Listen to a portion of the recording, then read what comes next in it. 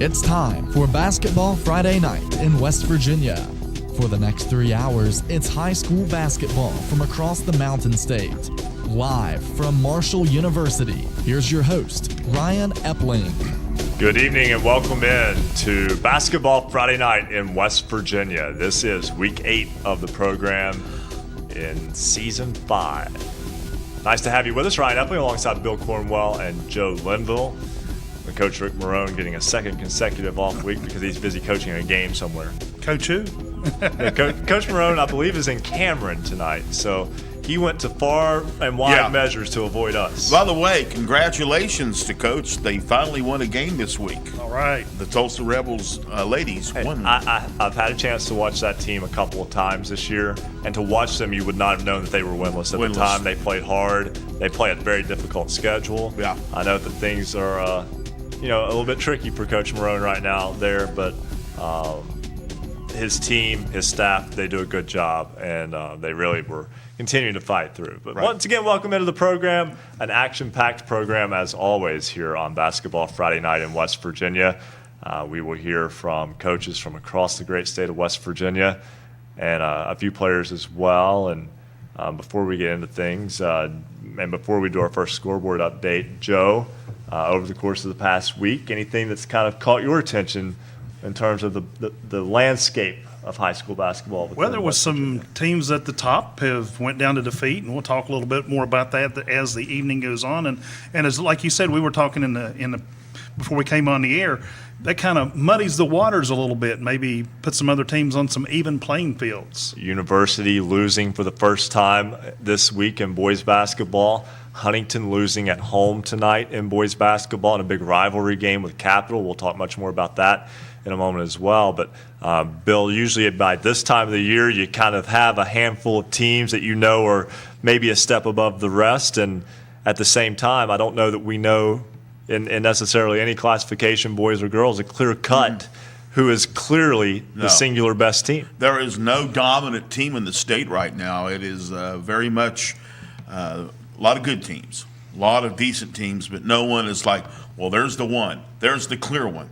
And that means that we got another month and a half of basketball, and you kind of like it as a fan because we're basically getting it decided on the court. We're not saying, well, there's not a chance that so-and-so is going to beat such and such team. Everybody's got a chance. Everybody's got a shot this year, and that's what makes it fun. And we'll do our first scoreboard in 1 second, but I want to tease something here real fast. You're going to hear within this scoreboard in Class AA Region 4, a team that was one of the favorites to win that region or to at least get out of that region, lost a home game tonight to a team from the opposite section, which is exactly the route one would have to go through to get to the state tournament. So, like I said, the waters are a little muddy out there right now, and that means it's time for our first check of the Marshall University Sports Journalism BasketballNight.com scoreboard. Joe will turn you loose with the boys' scores. All right, and the King Cole Classic that tipped off in Logan tonight. It was Tug Valley coming from behind to defeat Ravenswood 60-56. Ravenswood now goes 12-1 on the year, while the Panthers are now at 8-4. It was the Logan Wildcats in Game 2 of that King Cole Classic that defeated Wyoming East this evening 72-61. It was Princeton over Lincoln County 53-40. Nicholas County defeated Braxton County 69-64. The Huntington Highlanders went down to defeat this evening as the Capital Cougars won that one 74-67. It was Fairmont Senior over North Marion 71-38. It was Martinsburg picking up a win over Hedgesville. That score was 58-34. In another final, South Charleston defeated Hurricane 84-71. Parkersburg South picked up another big win this evening as they defeated John Marshall 79-51. It was Winfield over the Mingo Central Miners 72-61. That is one of those sections that'll get a little exciting as we roll into the month of March. The University Hawks defeated the Morgantown Mohegans tonight 47-41. That score just in. Musselman defeats, or actually this score is at the half. Musselman leads Washington at the half 68 46. I'm going to guess that's been a little bit later than the half now. I would think so by the score. Maybe third quarter. We'll double check that one. Yeah, exactly. And a score, it's fourth quarter, 1 minute, 14 seconds to go. Tucker County leads Notre Dame 62-54. It was Parkersburg Catholic with a win over Williamstown tonight, 72-62. It was Shady Springs falling to Westside. The Renegades pick up the win, 79-41. The Greater Beckley Christian Crusaders pick up a win over Summers County tonight, 62-45. Wheeling Central picks up a win tonight over Lindsley, 82-55. Woodrow Wilson, the Flying Eagles, fell to the Parkersburg Big Reds, 65-49. And Greenbrier West, the Cavaliers, at the end of one, trails Oak Hill by a score of 20-13. Bill will turn you loose on the girls' scores. All right, first off, Greater Beckley Christian, a 44-25 winner tonight over Liberty Raleigh. Lydia Jordan led the way with 22 points for the Crusaders. It was Frankfort over Grafton tonight, 90-42. Tucker County beat Notre Dame 53-28. Tyler consolidated a winner over Work County, 80-55. Herbert Hoover loses to Valley Fayette, 63-55. It was Lincoln over East Fairmont, 52-42. 64-49 win for Preston tonight over Fort Hill, Maryland. Fairmont Senior falls to Wheeling Park tonight by a score of 53-40. It was Princeton 67, Pikeview 57. Lincoln County beats Point Pleasant 74-46. That's our scoreboard. Thank you very much, Bill. And again, one of those scores that stuck out to me was Winfield going to Minor Mountain tonight and defeating Mingo Central. That coming in a week that Mingo Central had just beaten Logan earlier this week. And Winfield played Chapmanville earlier in the week. Yes, and so those schools in the Cardinal Conference all kind of tangling up. And again, Winfield winning tonight, 72-61 was the final in that one. Jordan Mounts, WFGH, joins us now. He was at that ball game tonight. And Jordan, that's a big road win tonight for the Generals. You know, yeah, it is a big road win for the Generals.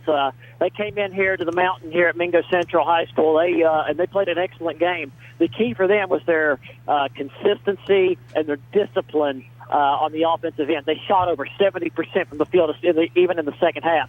And what killed Mingo Central was the fact that they could not make their foul shots to save their life, shooting very poorly from the foul line. One thing that has always impressed me about Winfield, this goes back to this goes back a few years even, what is their patience offensively and their ability to kind of work around and get a good shot. They will still score high because they shoot a good percentage when they are able to do that. And when Mingo Central unable to disrupt them offensively tonight, and Winfield made them pay. Yeah, you know, you're absolutely right there. Winfield was very disciplined on the offensive end, you know, not sometimes passing up the first shot attempt that they get in favor for something else. And, you know, it worked out more times than not. But, you know, I've got to get another little quick thing in here for Winfield High School. They were led this evening by Braden McGrew, number 14, the point guard out there out front. And for that young man, he picked up his 1,000th point tonight. So congratulations to that young man on an incredible achievement here for his high school career. Hey, Jordan, this is Joe Linville. You know, the coach there at Mingo Central is kind of regrouping his team. He lost a couple players there. It's been 3 weeks ago now. But I noticed in that Hatfield McCoy Classic last week, some of the kids come off the bench. There was, I think the Warden kid, man, he was hitting threes left and right. Did that not happen tonight? No. Mingo Central did not play well at all. They didn't shoot well from the field. They did not shoot well from the foul line. But you know, I was also told after the game that their star and their leader, Jeremy Dillon, was playing incredibly sick here this evening. Apparently, he had the stomach bug and was not feeling well at all during this game. So with that being said, you know, Winfield was able to hold him to only 12 points. The Miners were led this evening by Drew Hatfield, who had 19. And, you know, Drew finally turned it on, especially there in the fourth quarter. Had quite a few shots there in that fourth quarter and finished the game off with 19. So it was a good performance for Drew Hatfield. But, you know, just one of those, it didn't go Mingo Central's way this game. But I'm sure the Miners will bounce back. But congratulations to Winfield on a well-deserved win. And speaking of bouncing back, when you talk about for both teams, quite frankly, within that area, Mingo Central falling tonight now at 8-4 on the year, and the Miners now will have to regroup because next week with games against Scott and Wayne over the course of the next week. I mean, this is still, you look ahead to right after those two is a trip to Chapmanville. So every game really does matter, especially when you're talking about sectional seeding and within the region as well. And for those two teams, that was a big win tonight for Winfield. You're absolutely right. Like they say, there's no rest for the wicked, as the saying goes. But Mingo Central's got a tough schedule ahead. Both of these teams were Cardinal Conference teams. And, the Cardinal Conference has always been very well known to be a good basketball conference. And the fact that Mingo Central's got to go to Scott, that will be a good matchup next week, as are any ball game really within that conference. And not only are you playing for regular season, just bragging rights in general, but you're playing for regional seeding, and you're also playing for that elusive conference championship, which I'm sure both of these teams look to make a run for down the road. Absolutely. Jordan Mouse, WFGH, as Winfield defeats Mingo Central tonight. Jordan, thanks so much for all you do for us. Yeah, absolutely, guys. Thanks for having me on. Have a good show. Thank you very much. And, again, that's a big win for Winfield. The Generals also, speaking of their schedule upcoming, they have a game at home against Nitro, who is pretty good this year. Then games at Herbert Hoover, and then a home game with Poca next week. Poca is kind of surging a little bit here. So, again, within the Cardinal Conference, I don't know. I'm not going to go out and say one conference is better than another. I'm not saying that the Cardinal Conference is necessarily better than the Big Ten. Fairmont Senior has proven how good it is, for example. But in terms of a competitiveness, I mean, night in, night out, you get a lot of competitive games within that league. That was one of them. And tonight, anytime you get one on the road is really important. Yeah, I want to wind the clock back there to a little earlier in the week. Nitro went into Madison, and Scott hung with those boys. Scott's a little slow. They're a young team. They have no seniors on the team, and they hung with them the entire game. And then I watched Winfield at Chapmanville the other night, and Winfield just pretty much fell apart. I mean, Chapmanville just controlled that game pretty much. They tied it up 4-4, and then Chapmanville went on a 15-point run, and it was, chase them down from there. So that conference is very competitive. I don't care if it's the North group, the Kanawha Valley schools, or the South group, the Coalfield schools. And right now what we're going to do is step aside and take a break. When we come back, we'll actually talk about the girls' side of that conference. We'll have Mingo Central girls coach Brandon Ball, along with sophomore Katie Ball, who's helped the Miners here to they played better of late, and we'll talk about that and much more when Basketball Friday Night in West Virginia continues here on the Fast Break Sports Network. Basketball Friday Night in West Virginia will return in 2 minutes on the Fast Break Sports Network.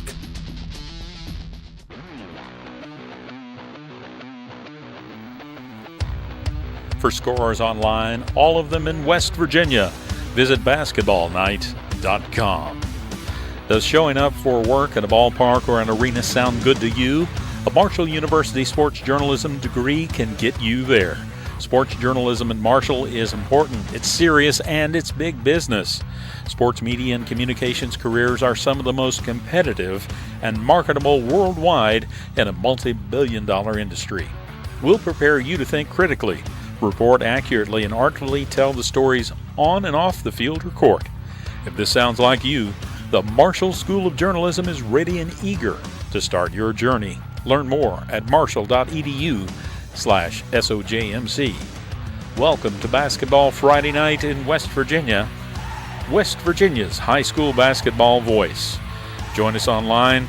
Vote in this week's poll. You've got till 11:45 tonight, and we'll share the voting results with you. Last week's question, should technical fouls in high school basketball be handled more closely like they are handled in college basketball? 63% of you said yes, 37% no. This week's question, should high school basketball adopt women's college basketball rules of shooting 2 shots after the 5th foul in a quarter and resetting team fouls each quarter? Tell us tonight. Vote yes or no Go to basketballnight.com to vote in this week's poll. You'll see the poll on the right-hand side of the page. You've got till 11:45 tonight to vote, and we'll share the results at the end of the show this evening. Join us on Twitter at @hoops_roundup, at @hoops_roundup. Shout out to some of our newest followers tonight, including Cassie Wright and Virgil Lee Davis.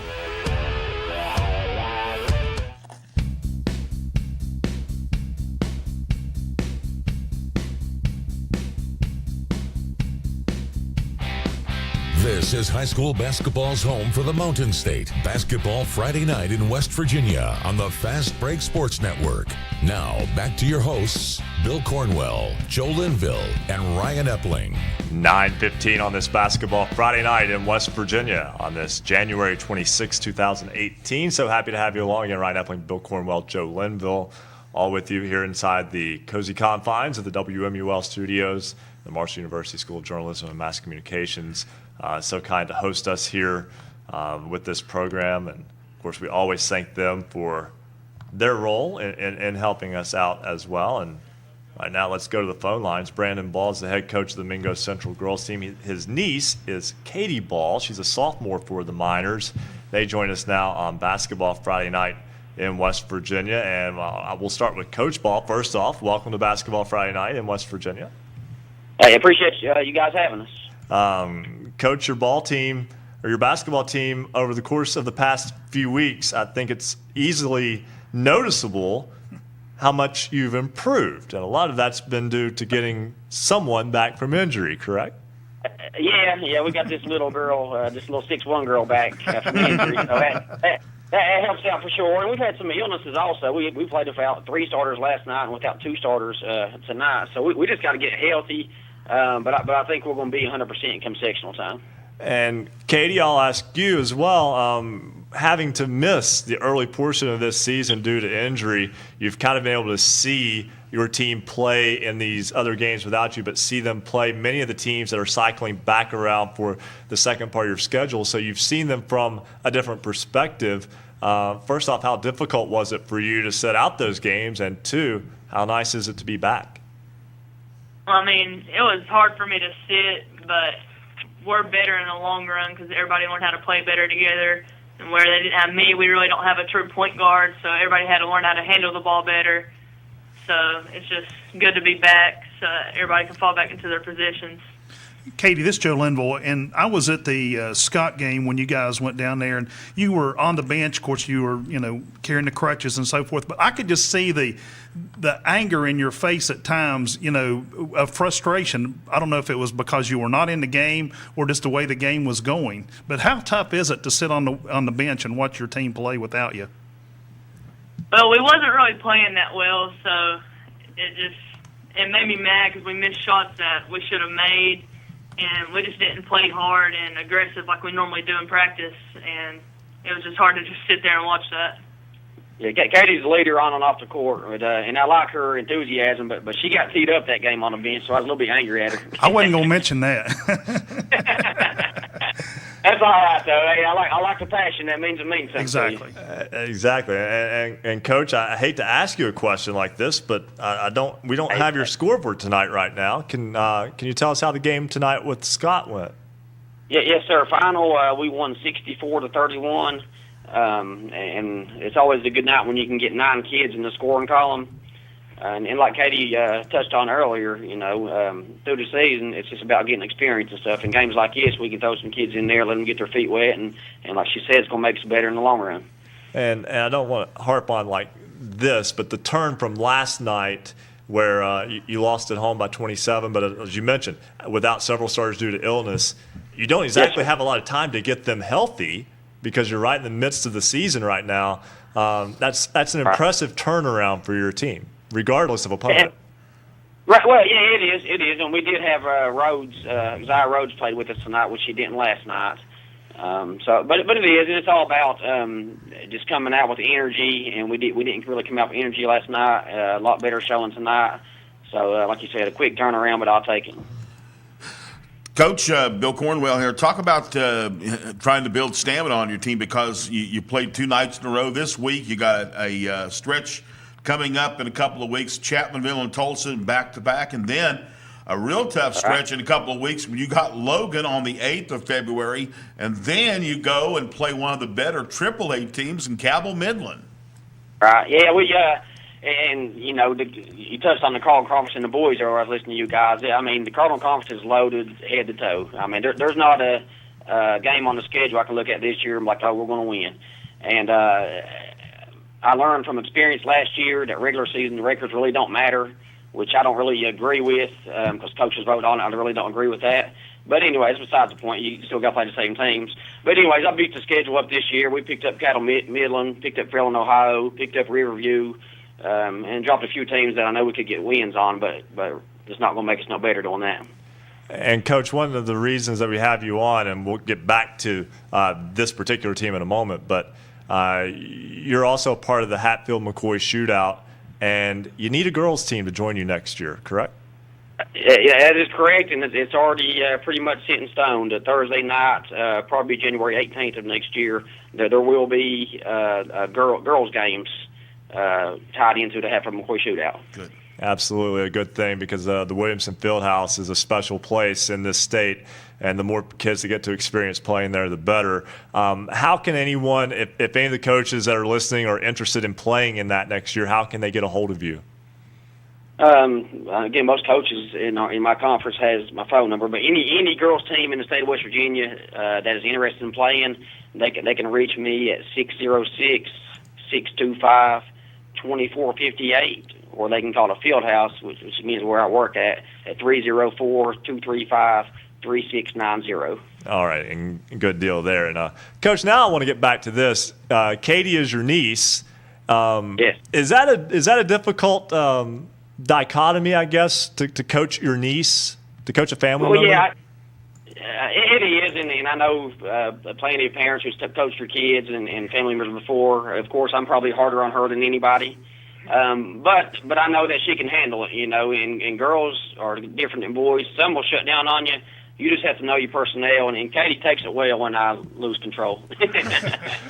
Katie, how is it playing for your uncle? And you got free reign to talk about him right now.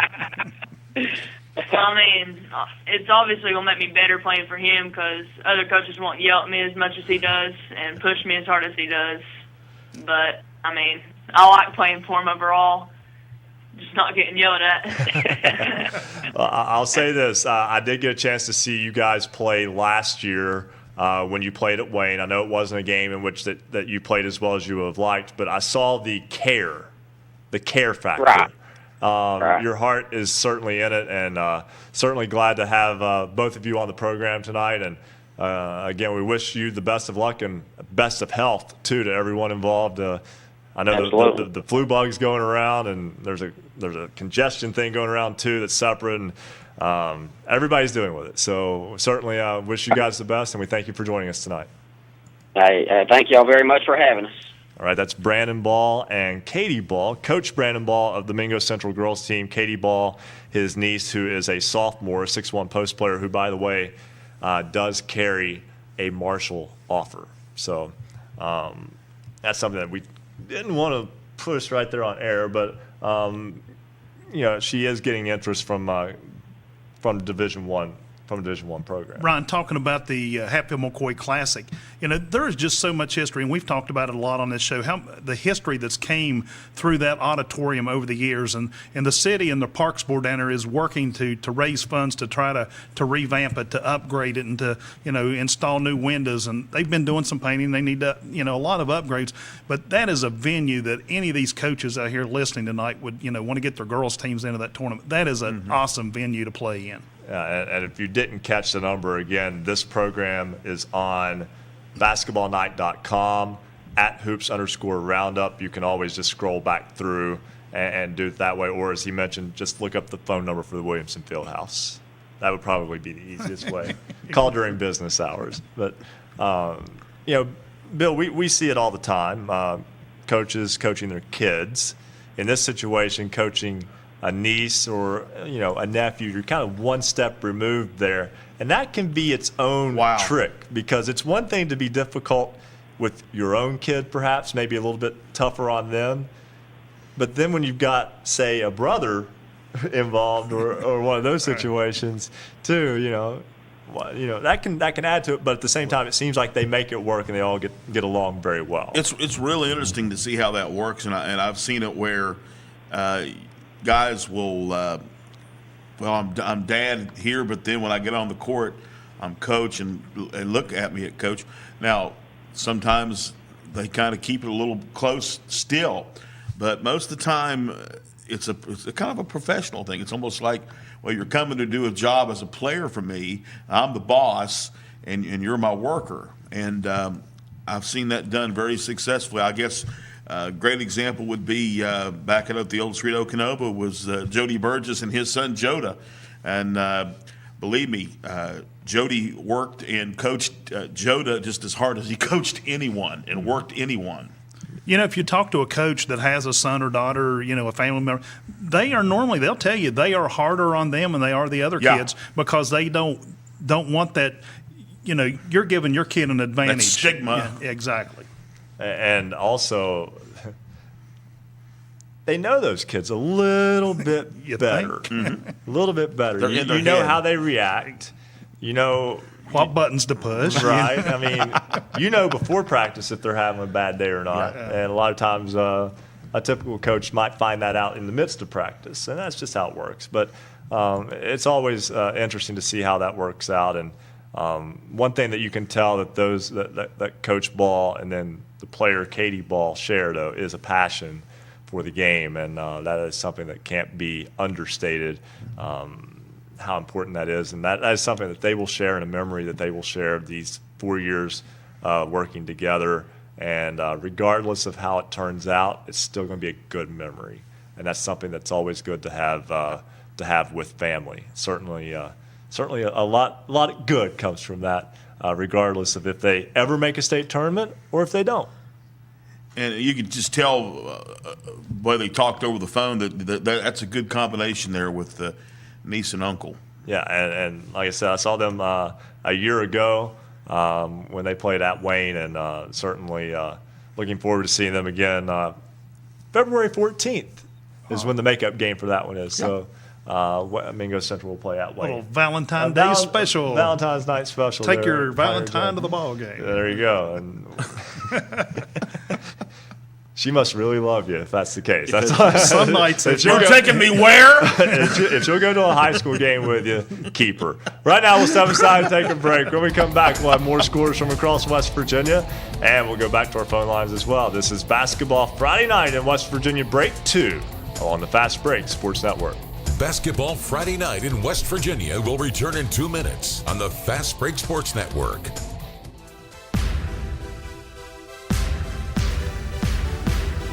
If you love basketball, then there's only one place to be on Friday nights after the game. It's Basketball Friday Night in West Virginia. Streaming video live from the studios at Marshall University, visit basketballnight.com for video, audio, and the Basketball Friday Night scoreboard. High school basketball action in West Virginia is heating up as the teams focus on a trip to the state championship in Charleston. Stay up to date with your local team and its progress all season long with Basketball Friday Night in West Virginia for 3 hours every Friday night from 9 to midnight. Listen online or on great radio stations throughout the Mountain State. Hear sports writers, broadcasters, coaches, players, and your calls recapping your team's game. Visit basketballnight.com for more details on how you can become part of the show. Follow us on Twitter at @hoops_roundup, @hoops_roundup. Thanks to everyone tonight that's called, sent texts, tweets, emails. We appreciate you being part of the show and helping us cover all high school basketball in West Virginia. Join us on the phone tonight. Share your team's game. Call toll-free 855-784-6677, 855-784-6677. Follow us on Twitter @hoops_roundup, @hoops_roundup. Text the show 304-249-4924. Once again, text the show with scores and updates at 304-249-4924. Go to our website, check out the scoreboard, and find out how you can connect with the show tonight. at basketballnight.com. Shout out to Stephen and Mussy, new followers on Twitter tonight.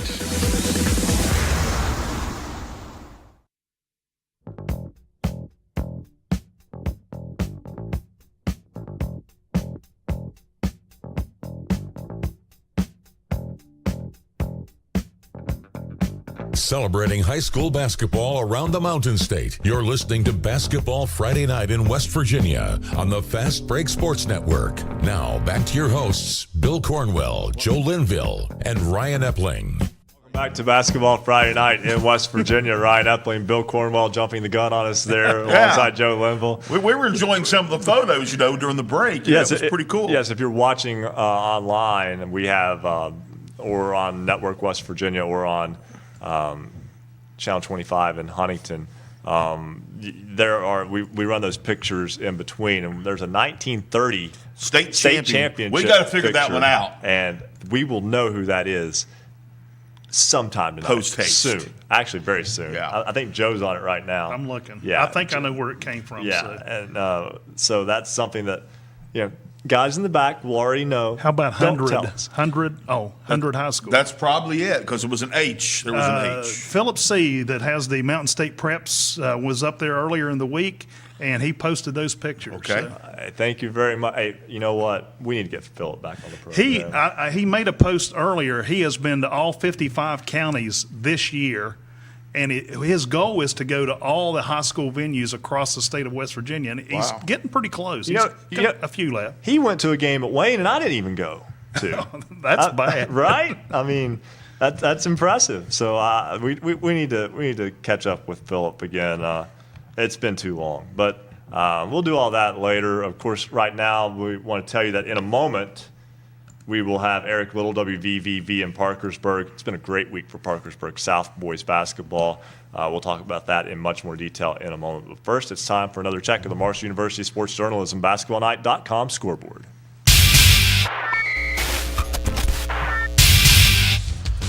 Bill, you have the boys' scores. All right, let's check those boys' scores. First off, the Oak Glen Golden Bears winners tonight over Beaver Local of Ohio by a score of 70-48. It was Logan beating Wyoming East 72-61 in the King Cole Classic. Princeton Tigers get a win over Lincoln County tonight, 67-57. Braxton County falls to Nicholas County, 69-64. It was Philip Barber winners over Buckhannon Upshur, 78-45. George Washington gets a victory over the Cabell Midland Knights, 66-51. Up on Highlander Hill tonight in Huntington, it was Capital knocking off Huntington 74-67. Fairmont Senior all over North Marion by a score of 71-38. It was Hedgesville falling to Martinsburg tonight 58-34. Hurricane Redskins lose to South Charleston 84-71. It was Parkersburg South. 11th win on the season for the Patriots. They beat John Marshall 79-51. Fort Hill, Maryland beats Kaiser 62-38. Winfield Generals winners over Mingo Central 72-61. It was University over Morgantown 47-41. Musselman beats Washington 68-46. It was Tucker County 66. Clarksburg Notre Dame 59. Williamstown loses to Parkersburg Catholic 72-62. Victory for the Wayne Pioneers over Scott 78-67. Shady Springs loses to Westside 79-41. Spring Valley Timberwolves victors over St. Albans tonight 74-65. Greater Beckley Christian beats Summers County 62-45. Wheeling Central over Lindsley 82-55. Woodrow Wilson falls to Parkersburg 55-49. End of first quarter score, Oak Hill over Greenbrier West by a score of 20-13. Joe? Actually, it's going to be Ryan this time. There we go. Ryan. Yeah, I'll take care of the girls' scores. Great interstate game tonight in Parkersburg at Parkersburg South High School, where the Patriots in girls basketball beat Boyd County tonight. Boyd County from Kentucky, 70-58. Parkersburg South now 12-3. Boyd County now 13-3 with the loss. We know a lot about that Boyd County program. They're very close to us. Pete Fraley, his daughter plays at Marshall. Just watched her play against Middle Tennessee. We could go on and on about all these connections there. Lincoln County defeats Point Pleasant tonight, 74-46. Princeton picks up a 10-point victory over Pikeview, 67-57. Tigers are 9-3. Wheeling Park defeats Fairmont Senior tonight, 53-40, as the Patriots go to 10-5, just the third loss of the season for the Polar Bears. Also tonight in girls high school basketball, Preston defeats Fort Hill, Maryland, 64-49. It was Lincoln defeating East Fairmont 52 to 42. 10-point win there. Valley Fayette defeats Herbert Hoover tonight, 63-55 the final in that one. Also girls scores tonight, Tyler Consolidated defeats Work County 80-55. Midland Trail picks up a 68-47 victory over Richwood. The Tucker County Mountain Lions are a perfect 13-0 after a 53-28 victory over Notre Dame. Frankfort beats Grafton tonight, 90-42. Also tonight, Greater Beckley Christian 44, Liberty Raleigh 25, Lydia Jordan 22 points in the victory for the Crusaders. And Mingo Central defeats Scott tonight in girls high school basketball action, 64-31. That is your check of the Marshall University Sports Journalism BasketballNight.com scoreboard. And we mentioned Parkersburg South's girls getting a big win tonight. Parkersburg South's boys picked up a big win earlier this week over University, handed their boys the first loss of the season for the Hawks, and then turned around tonight and beat John Marshall 79-51. So another big win for Parkersburg South. Eric Little, WVVV in Parkersburg, joins us now on the program. And Eric, what a time to be a Patriot basketball fan. Yeah, it's rolling for Parkersburg South right now. The girls, again, they've played well, as you mentioned, and the boys picked up a win in what was probably one of the most viewed and most followed games of the state on Wednesday. Number 1 University in the AP poll, number 3 Parkersburg South. The Patriots get a win there, and then they followed up with a big win tonight against John Marshall. They outscored John Marshall, I believe it was 40-16 tonight in the second and third quarters.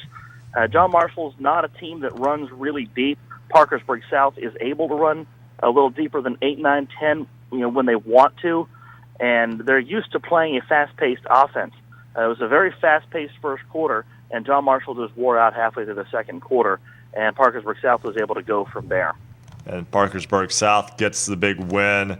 And just talking about a team that's playing with a lot of confidence. I mean, this team's only loss was to Tays Valley Christian, which, for those who don't know, now runs basically a prep program similar to Huntington Prep, not quite at that level at this point, but that's what they do there. And Parkersburg South had them up in the Parkersburg South tournament. And that's been the only loss for the Patriot boys so far this season. And again, with the win tonight over John Marshall, and then you look ahead, Meadowbrook, Ohio, coming up this week. What do you know about Meadowbrook? Well, Meadowbrook was probably the site of Parkersburg South's worst game last year. They went up there and they did not look particularly good, played a really bad game, and it was definitely the bottom point of the year last year. So I have to think that South is going to come out on Tuesday and really want to turn that around, because it's basically the same starting five and the same principal players that were contributors last year. So you have to think that for pride's sake they want that one. It's Haley Strong Night, and fans are encouraged to wear gold and to kind of recognize the pediatric cancer fight of Haley Parsons, a student of Parkersburg South High School. So it'll be kind of an emotional night there, and hoping to draw some inspiration from that, Parkersburg South will look to make it 10 in a row. Eric, Bill Cornwell here. I'd love to hear what's been your impression of the way Mike Fallon has been kind of looking at how things are going. Is he pretty confident with the way the team just keeps playing, or is he a little worried that maybe we're getting to a point where we're getting a little tired, maybe he's fearing some overconfidence? Well, actually, he was talking about this very topic in the postgame. Glad you brought that up, Bill. One of the things he said about their practice yesterday was that he thought they developed the right kind of confidence and just that right kind of edge. Not maybe a chip on the shoulder, but just that little bit of a swagger or a confidence that isn't an overconfidence, but it's, we know what we're here to do, and we're here to accomplish the job. And I think that's been key to keeping this team focused. Now, this is a team that could have had a rough night. John Marshall just 3-6 on the year coming in. You have a number one team, an unbeaten team, come into your home place, and then 48 hours later you got to go on the road in an environment that isn't as intense and playing a team that doesn't have the success that you've got, there very easily could have been a place for a letdown. That's not a bad John Marshall team either. They've got some scores, and they played very well. They were to within 2 points in the second quarter, but Parkersburg South clamped down on defense and looked really sharp tonight. But yeah, I think Mike Fallon knows that the South has that right kind of confidence, and he also knows that the road ahead is not going to be easy. They have 3 games each of the next 2 weeks, including back-to-back games on Friday and Saturday the next 2 weeks as well. So while this team has accomplished a lot, he knows that they're still far from the end goal, and there's a long way to go. And a week away from the home game with Wheeling Park, that means so much up there as well. Yeah, again, we're talking Haley's Strong Night on Tuesday. It's Anna's Army Night on Friday. Those 2 games end up back-to-back because of some rescheduling this year. Again, Anna Gordon, a terrific story, battling Friedreich's ataxia. She's been out of school a couple years now, attends college locally. I had a chance to talk to her on Tuesday. She was at that Parkersburg South University game, and they've drawn so much strength and so much inspiration from her and her family. They do so much to help the cause. CureFA.org if you want to know more about Friedreich's ataxia. That's the disease Anna fights. There's no cure for it. Anna's Army in 5 years has raised more than $200,000 for the Friedreich's Ataxia Research Alliance. This is one of the big events that they do to promote awareness, and they raise a lot of money. I think the 50-50 pot goes there. There's face painting. There's all kinds of things you can do in the lobby to help raise money. T-shirts on sale, and again, all that money raised goes toward Friedreich's Ataxia research, and they've drawn strength from her. They've been able to contribute to that cause. It's a really beautiful story. Eric Little, WVVV Radio in Parkersburg. Thanks so much for joining us tonight. Hey, thanks. Appreciate it. All right. And before we go to our next caller here real fast, I do want to mention, Bill, on the girls' side of things, that win over Boyd County for Parkersburg South tonight over Boyd County, Kentucky. Yeah, that's big Boyd time. County, Kentucky earlier this week, or not this week, but earlier this year, a double-digit victory over St. Joe.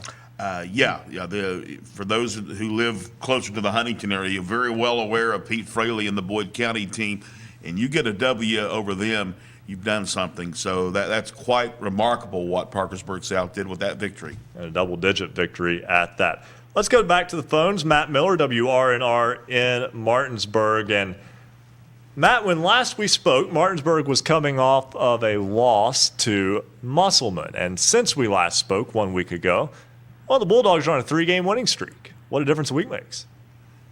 Yeah, definitely. The very next night after that Musselman loss, they had Morgantown come to town, and it was kind of a lackluster 3 quarters for the Bulldogs, but then came to life in that 4th quarter. Some missed free throws down the stretch from Morgantown allowed Martinsburg to actually win it with 2 free throws with no time left on the clock. Corey Barnett knocked those down, and the Bulldogs escaped with a 1-point win. Then on Tuesday night, Washington came to town.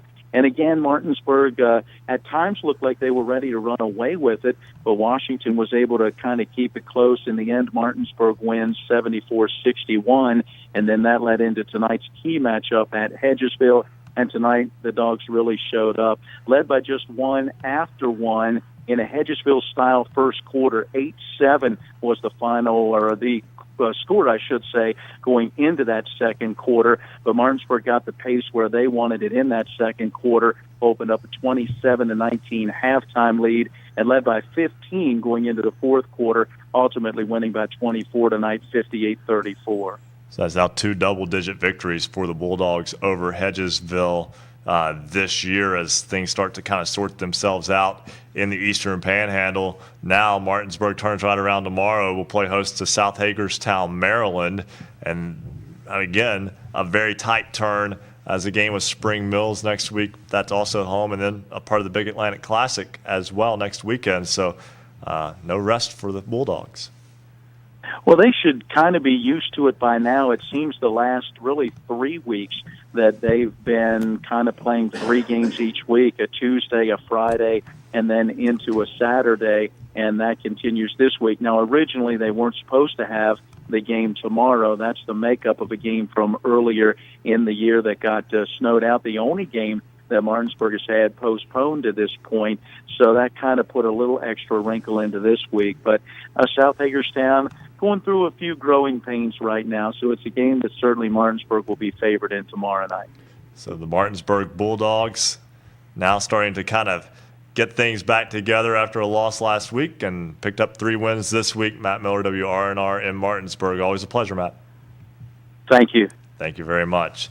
And, guys, we talked about the rescheduling of games. And, Joe, a lot of teams are having to kind of fit those games into small windows. And you heard him mention that for Martinsburg, it's almost become the norm here the last few weeks. You know, we were talking last week, I think it was somewhere in the neighborhood of 350 games that needed to be rescheduled over the course of the next, 2, 3, 4 weeks, because, mid-February comes, we're going to be into sectional play. And, of course, the girls have a week less than the boys do to make up a lot of these games. So it's going to be tough on a lot of these schools squeezing 3, maybe sometimes 4 games in a week. And I was going to say, I got a call to coaches, call to ADs. If you're rescheduling these games, please get on the WVSSAC website and update your schedules, because some are good about it, some are not good about it, and a lot of times we just kind of lose track of when games are coming up. So please update those schedules on the WVSSAC website, because that's the public's way of knowing when you play. And we do the best we can keeping up with it on basketballnight.com as well. Quite frankly, our schedules might be more accurate when it comes to those, because I know that Fred Dameron and the crew do a great job and do a yeoman's effort to try to find out when all these games are rescheduled. When we come back, we're going to talk about the Buchanan Upshur basketball teams with Dylan Godet of the Buccaneers Sports Network, and we'll explain why we're not going to get too in-depth with him on the girls team this particular week. So Basketball Friday Night in West Virginia continues on the Fast Break Sports Network.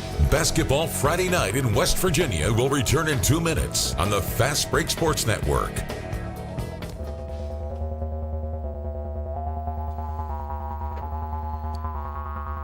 This is high school basketball's voice in the Mountain State. This is Basketball Friday Night in West Virginia. Jaden Lindsay, East Fairmont Bees, Jacob Clark, Riverside Warriors, Cole Honecker, Shady Springs Tigers, Sydney Nestor, Tucker County Mountain Lions, Isaiah Morgan, Ravenswood Red Devils, and Deja Busby, Sherman Tide. Tonight, you'll meet another. What they all have in common: they were selected by Basketball Friday Night in West Virginia as the Standout Athlete of the Week. Each week, we consider nominees based on leadership, performance on the court, academic performance, involvement in the community, and volunteer work. You had an athlete made an outstanding play? Have someone remarkable on your team? You can nominate your team's players to become the Basketball Friday Night Standout Athlete of the Week. Every Friday night, we select a Standout Athlete of the Week. Head over to our website, basketballnight.com, click on the Standout Athlete of the Week tab, fill out the nomination form, we'll take it from there. We want you to nominate your team's athletes. Check it out at basketballnight.com. Basketball Friday Night in West Virginia, the Mountain State's voice for all things high school basketball. Many places you can listen and watch Basketball Friday Night. We're on great radio stations throughout the Mountain State. We'll mention many of those here at the top of the hour. Go to our affiliates page at the bottom of our website to find the station nearest you. You can also watch our high-definition video on YouTube. Go to basketballnight.com, just click to watch. Facebook Live, go to RSN Sports Facebook page, and you can watch us live there. If you got cable, if you're on Suddenlink, we're on Network West Virginia statewide, in the Huntington area on Comcast Channel 25, and of course, Periscope.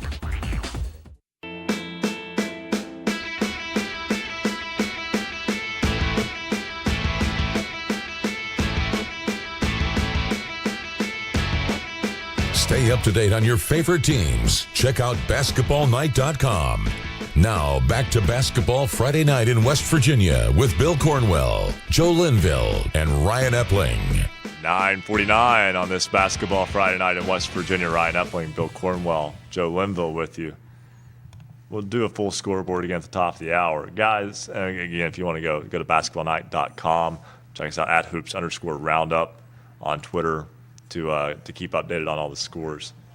You know, I've got to say something really quick, and of course with the, you know, there are a variety of reasons, but Coach Rick Marone not with us tonight because he and the Lady Rebels are at Cameron tonight. That's a game we don't have a score from. Come on, Rick. Come on, Coach. Come on, man.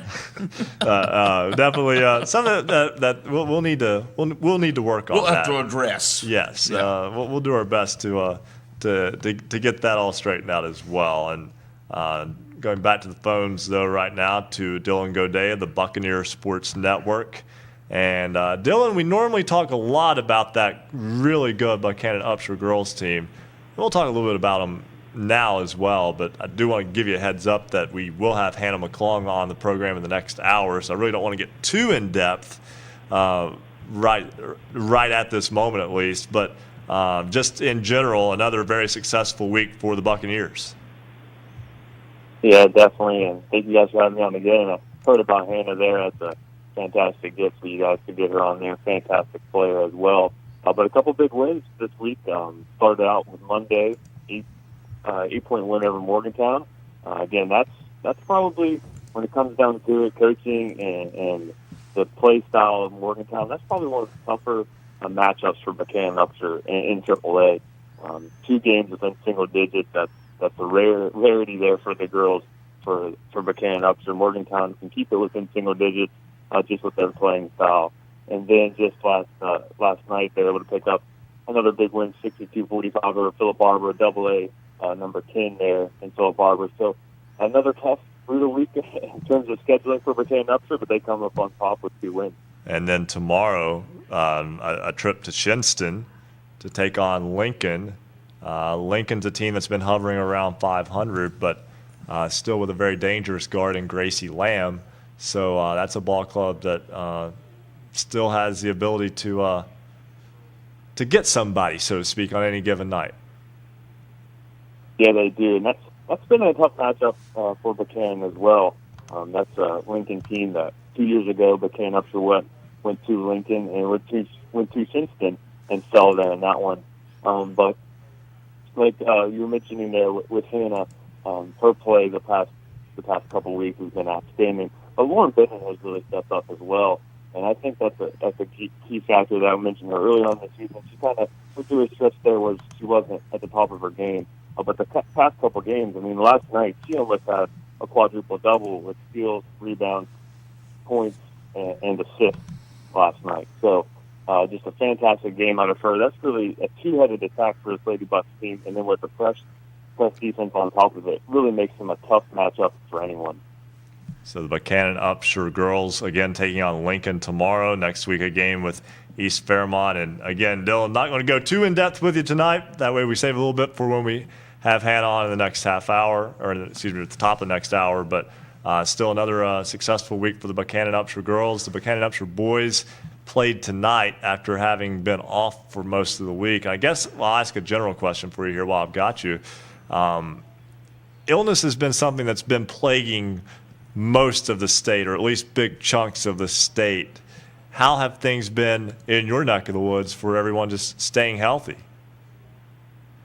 For the boys, it's really not really sure if it's been illness there with the boys. That's been their biggest thing. It's just trying to find the right group to get in the starting lineup. Coach Foster there, and again in the first year, kind of talked about that a couple weeks ago. He's just been trying to find the right lineup. He's had some players that didn't end up being eligible. That's really been the problem there for Buchanan. So just finding the right group. Illness, thankfully, has not been a problem so far there for the boys. But that, again, with flu season affecting teams across the state, I know with the Morgantown girls there, they've had some players dealing with mono. That's definitely a factor in most teams this season. But the boys, not really has been the health, but more of academic-wise and just finding the right group of boys to get in the starting lineup. Dylan Godet of the Buccaneer Sports Network. Dylan, always a pleasure. Thank you guys for having me again. All right, thanks so much. And, yeah, it seems like a lot of people are dealing with illness. It sounds like the Buchanan area right now seems to maybe they've built the little wall around there like like the little biodome. It's a quarantine. They've got a little Yeah, biodome and they're good. But I'll tell you, it's been something that has hit basically every workplace in our area.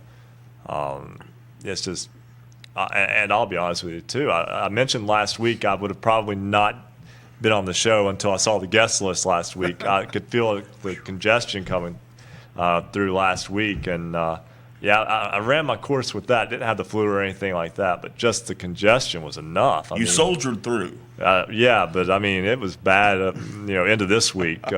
Really, probably this morning is the first time that I've actually felt well in the last week. And welcome back. And again, like I said, that wasn't even the flu. Like, that wasn't anything serious. That's just the congestion side of things. And I got a lot of things going around right now this time of year. Of course, the drastic swings in temperature not helping. I don't care what the weatherman says. It does affect people in some form or fashion, at least their immune system. But, before we get too far along here, and I know we're still a week away from this, we can work on this for next week, guys. Woody Williams is a Medal of Honor winner from the Fairmont area. In fact, Fairmont Senior plays in Woody Williams Armory. Woody Williams Armory. And he now resides in the Huntington area. And Woody Williams will toss the coin before Super Bowl 52 between the Patriots and the Eagles in Minneapolis next Sunday night. That is awesome. He came down and spoke at a sports banquet a few years back. And, he was in his 80s at that point. I mean, early 80s. And it's mind-boggling how he has survived and how well his health has continued to be good, even, as in the 90s. Because I heard him speak earlier this week in the legislature. Yes. Phenomenal job. I mean, he's sharp for his age. Yeah, he lives in Ona, near Milton, in Cabell County, and he's 94. And you wouldn't know it because the guy, he's constantly in demand, and he speaks everywhere, appears everywhere. He travels around the country because he is in a very exclusive club, and he's a very special guy. And he loves sports, and he loves football. I'll say that because I was with Woody at the 2013 Military Bowl at Annapolis when Marshall played Maryland, and Woody was there with about 4 other Medal of Honor winners, and they were involved with the coin toss there. So that's a special honor, but a great guy, great West Virginian. For those of you who don't know Woody's story, he earned the Medal of Honor at Iwo Jima in 1945, and just unbelievable, brave man. If you want the exact details of that, I just look it up. Yeah. Google it, as we joke around. Just Google it. I mean, seriously, I mean, what that man went through, and what, the fact that we've got him here to tell stories about. Let's try to get him on before the Super Bowl next week, guys. Easy call, right? That should be an easy. He's active on Twitter. Anyway, 94 still going strong. There you go. We'll be back with another hour 2 of Basketball Friday Night in West Virginia after this on the Fast Break Sports Network. Basketball Friday Night in West Virginia will return in 2 minutes on the Fast Break Sports Network.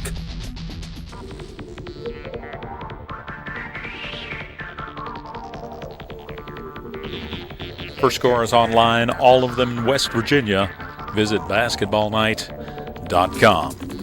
Special thanks tonight to all of our affiliates. You can listen on great radio stations throughout the Mountain State, including 103.7 Jack FM WQWV in Fisher, the Valley's Watchdog, 1600 AM WKKX in Wheeling, 1370 AM WVLY Moundsville, Jackson County's home for Southern Gospel, Singing News Radio 92.5 FM WTHMLP Ravenswood Ripley, Knights Radio 91.5 FM WRSG in Middleburn, Talk Radio WRNR Martinsburg 740 AM 106.5 FM, Classic Hits 106, WHFI Linside 106.7 FM, 95 The Sports Fox WVES Charleston 950 AM, 101.9 FM and 1290 AM, WVOW in Logan, Light Rock 93R, WRRR St. Mary's 93.9 FM, The Ticket 102.3 FM, WMTD Hinton 98.5 FM and 101.5 FM, WQAZ LP Edmond, Beckley, and 101.7 FM, WYAPLP in Clay. And of course, we're on Marshall University's flagship station, 88.1 FM WMUL in Huntington. Cable subscribers, you can find us statewide on Suddenlink's Network West Virginia. In the Huntington region, we're on Comcast Channel 25, Streaming online high-definition video can be found on our website, basketballnight.com, and on our affiliate, rsnsports.com. This is Basketball Friday Night in West Virginia.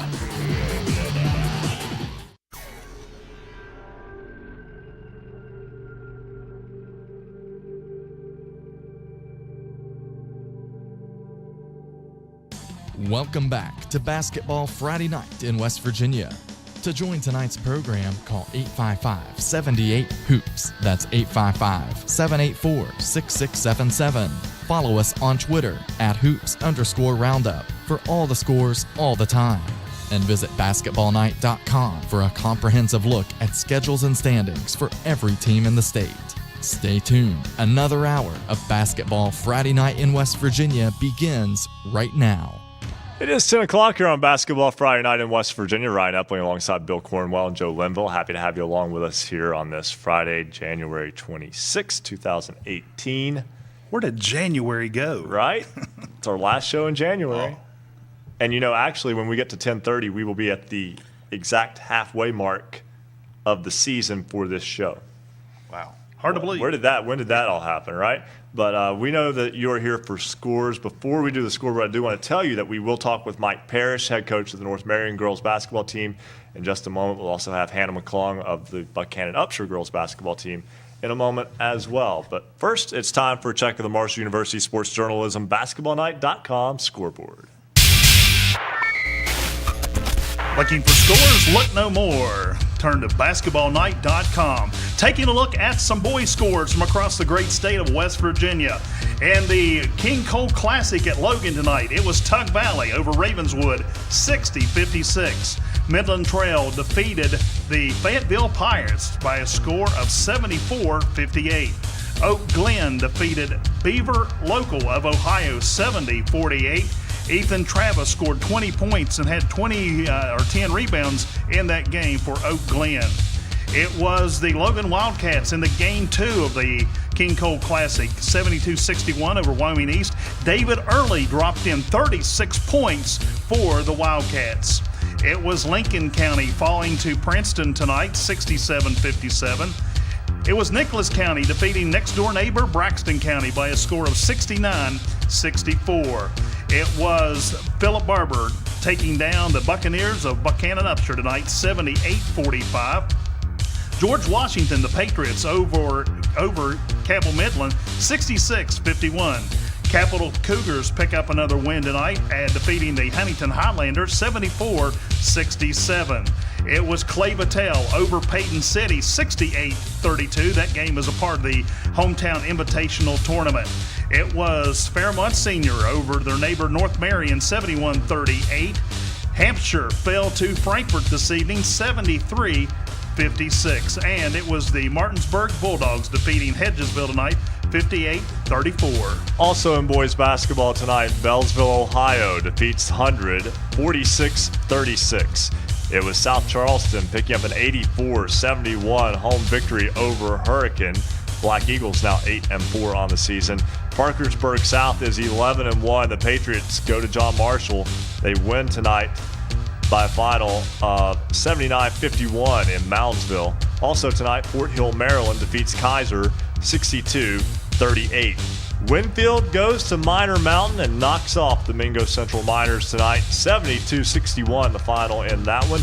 University bounces back from its first loss of the season. The Hawks pick up a hard-fought 47-41 victory over crosstown rival Morgantown. No one's played a tougher schedule than Morgantown, by the way. Musselman defeats Washington tonight, 68-46. The Applemen are 11-3. Tucker County gets above 500 to 8-7 as the Mountain Lions beat Notre Dame 66-59. It was Parkersburg Catholic 72, Williamstown 62. Wayne is now 7-7. The Pioneers win at Scott 78-67 the final tonight from West Madison. Also tonight, it was Westside picking up a 79-41 victory over Shady Spring. And by the way, guys, earlier this week, Shady Spring beat Oak Hill. So that's a big win for Westside. Also tonight, Spring Valley defeats St. Albans 74-65. Timberwolves get the road victory. They've also played a very difficult schedule. Greater Beckley Christian defeats Summers County 62-45. It was Wheeling Central going to 12-1 behind 23 points from Owen Gaynor, 21 from Brent Price, as the Maroon Knights defeat Lindsley 82-55, the final. Parkersburg with a big home victory over Woodrow Wilson tonight. The Big Reds beat Beckley 55-49. It was Van going to 7-3 with a 70-36 victory over Doddridge County. Oak Hill beats Greenbrier West 74-60 the final. And also in the hometown invitational tonight, Meadow Bridge defeats Harmon 85-47. All right, on the girls' side, we start off Bingo Central with a win over the Scott Skyhawks 64-31. It was Greater Beckley Christian over Liberty Raleigh 44-25. Lydia Jordan 22 points for the Crusaders. Frankfort beat Grafton 90-42. It was Tucker County over Clarksburg Notre Dame 53-28. Midland Trail over Richwood 68-47. Tyler Consolidated beats Wirt County 80-55. In the hometown invitational, the CBs of Clay Battelle get a win over Payton City's Wildcats 49-27. Herbert Hoover loses to Valley Fayette 63-55. It was Lincoln 52, East Fairmont 42. Preston beat Fort Hill, Maryland 64-49. Fairmont Senior drops one to Wheeling Park 53-40. It was Princeton 67, Pikeview 57. Lincoln County over the Point Pleasant Big Blacks 74-46. And Boyd County of Kentucky falls to Parkersburg South 70-58. That is a check of the Marshall University Sports Journalism BasketballNight.com scoreboard. The fact that it took us 6.5 minutes to get through tells you exactly how good of a job they're doing in the back, getting all those scores from across the state on a beautiful night, actually, through much of the Mountain State tonight. A balmy weather we're having, unlike the snow we've had the last week or two. It was spring-like today, at least in the Ohio Valley area here. Yeah. A team that has had a lot of expectations coming into the year is Buchanan Upshur, and the girls from Buchanan have certainly met those expectations to this point this season. And joining us now on the program is one of the key members of that team, Hannah McClung. She is with us now. And Hannah, first off, welcome to Basketball Friday Night in West Virginia. Thank you guys for having me. Well, your ball club has been, we mentioned, a team that had a lot of expectations coming into this year after falling in the AAA state title game a year ago. I think you and I may have even talked about this before. I think we had you on the program last year to talk about going from a team that was kind of on the hunt to a team that was becoming the hunted in terms of you get everybody's best shot now. Are you seeing that night in, night out? Absolutely. I didn't get the opportunity to talk with you guys last year, but that's definitely something that has been a topic I've had to talk about with a lot of people. I mean, just beginning from the beginning and building a program as we have been, and just now we're seeing that we know that every single night we're going to get everyone's best shot. I mean, just regardless of the team we're going to be playing, we know that they're coming out because they want to knock off number one, but we're never comfortable at number one, and we're just excited to be at that position, but we just try to stay humble and just to continue to achieve what we want in the state championship. Hannah, this is Joe Linville. You know, looking back on last season, and obviously you set some big goals for your team this season. You were just talking about how hungry that makes you, but the intensity that your team puts in, does it show in practice as well as in the games? Oh, absolutely. I mean, one thing that Coach Maxwell definitely stresses a lot is, I mean, we practice how we play, and we know that the practices, and it's not when people win the championship whenever it's won. It's the hours spent before. It's the intense practices. It's the extra time spent in the gym. And that's just something that, as a leader of my team, I also try to utilize. And I have phenomenal teammates who are willing to put in that work. And it's just to bring that energy every day at practice. Although it is taxing, I mean, it's just forever rewarding whenever you're successful. It seems like that you guys didn't take any time off after your run in the tournament last year. I'm sure over the summer you guys were already probably thinking about, man, we've got a chance to do something special, and no doubt the work just kept on going. Absolutely, and we knew after having such a phenomenal season last year, although we were grateful, we just knew that we were so close, and it's going to take us working that much harder this year. I mean, lacking height as we do, we knew it's going to take even more speed and even more intensity and just the scrappiness that we try to play with, but everyone has appeared to have bought into it pretty well, and we're seeing it kind of just play out this season, and I'm really excited about it. 14-1 on the season, and we'll talk about that one a little bit in a moment. But first, I want to talk about, you've already signed with Lenore Ryan. How important was that to you to get the recruiting thing behind you so you could just go and enjoy your senior season? That was definitely something that I wanted to do. I was just, if everything worked out, I wanted to have the recruiting over with. I wanted to have made my decision so I can just focus on senior season that was in front of me. And I just feel extremely blessed in that opportunity that I was I was presented with a program like Lenore Ryan at an early time in which I had that opportunity. And I couldn't be more excited for my future. I'm excited for every moment that I have with this basketball team right here, but I'm also just blessed to know that I have 4 more years ahead of me, and I just can't be more thankful for that. It's always nice to know that when basketball season ends, basketball doesn't end. That happens a lot for so many seniors across the state and just in general. And, we talk about a lot of times in that specific area. You're in Buchanan, but in the I-79 north central area, you talk about from Clarksburg all the way up to Morgantown. Obviously, Morgantown is very good. University has been very good in the past and is pretty good right now. But a lot of those AA programs that dropped from AAA just a few years ago are very well known. And I'm talking about schools such as North Marion, Fairmont Senior, those types of schools. North Marion is the only one that's been able to get you so far this year. What was different in that game from the rest of the games that you've played and won this year? It's still one that just kind of carries along with us as it's just driving factor. But I just feel as if we went into that game and we knew the kind of program North Marion had. We knew that they always bring it. They're very talented every year. But it just appeared as if that energy that makes us who we are was lacking that game. And although it was tough to deal with at first, and we knew that it was just we didn't give our best effort that game, it was that loss that also built us to know that we have to work hard every night, regardless of who we're playing. So it kind of built our character, and it allowed us just to learn that we need to get better. I mean, we should never be comfortable at number one, and we just need to continue to improve. So in all reality, it's helped us, although it still stings to know that we got that one on the other side of our 14. Hannah McClung, senior guard for the Buchanan Upshur Buccaneers. Thanks so much for joining us, and wish you and your team the best of luck this season. Pretty sure that we'll probably get to speak again before the season's out. Thank you for having me. All right, and guys, before we go right back to the phones, and we will go to Mike Parrish in just a moment, but and Rick Marone's also in queue. We'll have him a little bit later on tonight as well. Yeah, exactly right. But we'll finally get that score. Right, but and Joe, I'll talk about this with you from a community standpoint. I know you come from a community that's tight knit, and the school means a whole lot to the community in general. Buchanan is a little bit of a larger area, but still just the one high school there, Buchanan Upshur High School. And we've talked with Dylan Godet in the past about how this group, it's been known, was going to be good for a while, and now they're seeing that play out. It's just a very special time, not just for the kids, but for the community as a whole. Exactly. I mean, you got Weston, Buchanan, that corridor stretch across there, and that brings, the whole region together.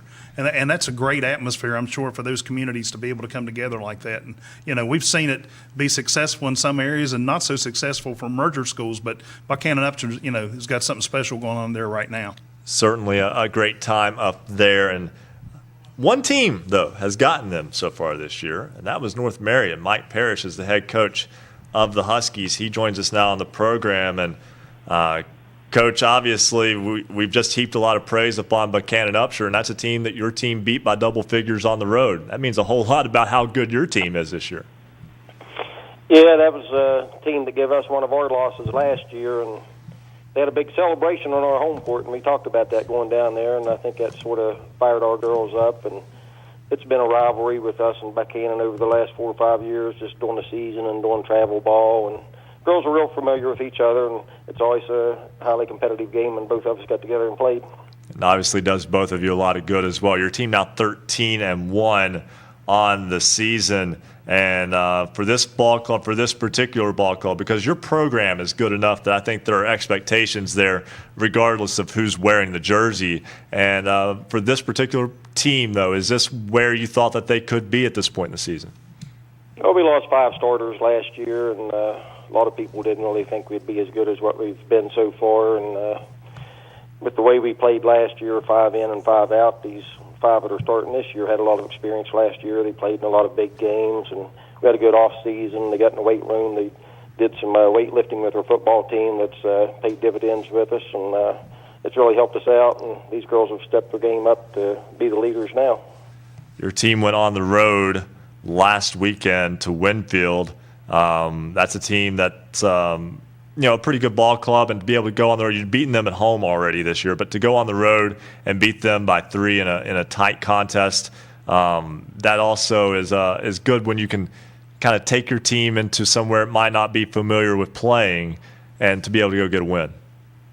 Yeah, it's 2 good games for us there with Winfield. They ended up where we did last year in the semifinals, and it was a good, hard-fought game when we played them at home, and it was an even tougher game down there, and it's good for these kids to get out on the road, get out of town, and get a big win on the road against another top 10 team.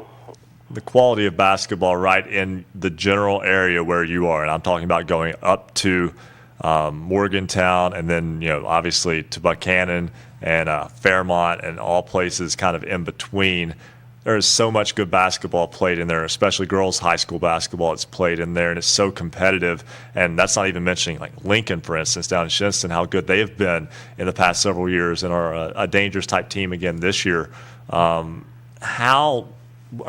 guess what I'm trying to say is, how competitive is that, knowing that night in, night out, you're going to get somebody's best shot, and you have to give your best shot? Oh, yeah, that's what I tell my kids going into every game. I said, it don't matter who you play, you got to be prepared, because when you're on top, everybody's gunning for you, and all the teams in our conference, the top majority of them, they're all real good teams, have good programs, and we're all familiar with each other. We play each other during the season, during the 3-week coaching period, and off season. Some of them play travel ball against each other, so they're real familiar with each other, and it's really competitive. And like I say, these girls play each other growing up, sometimes from grade school and middle school clear up through high school. So they develop some friendships and then some rivalries as we go.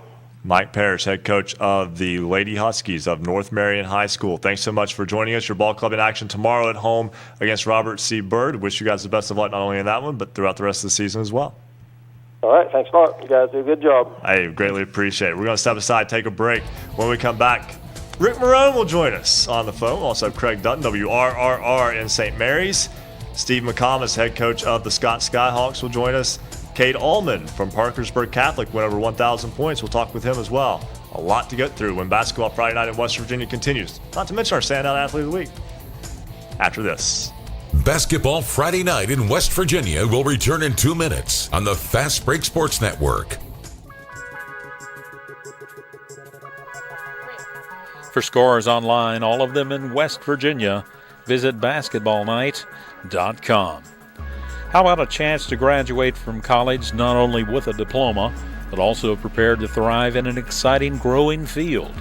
The Marshall University Sports Journalism program might just be for you. The expansion of cable networks, the rise of sports-centered online platforms, and the continued thirst for local sports coverage makes sports journalism a growth industry with jobs waiting for those who earn this degree. Your passion, curiosity, and charisma, coupled with Marshall University sports journalism training, will equip you for success in a multi-billion-dollar global industry.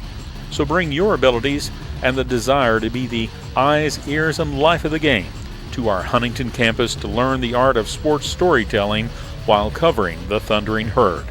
We'll teach you how to go beyond the scores and statistics, to tell compelling stories and accurately report breaking news across multiple media platforms.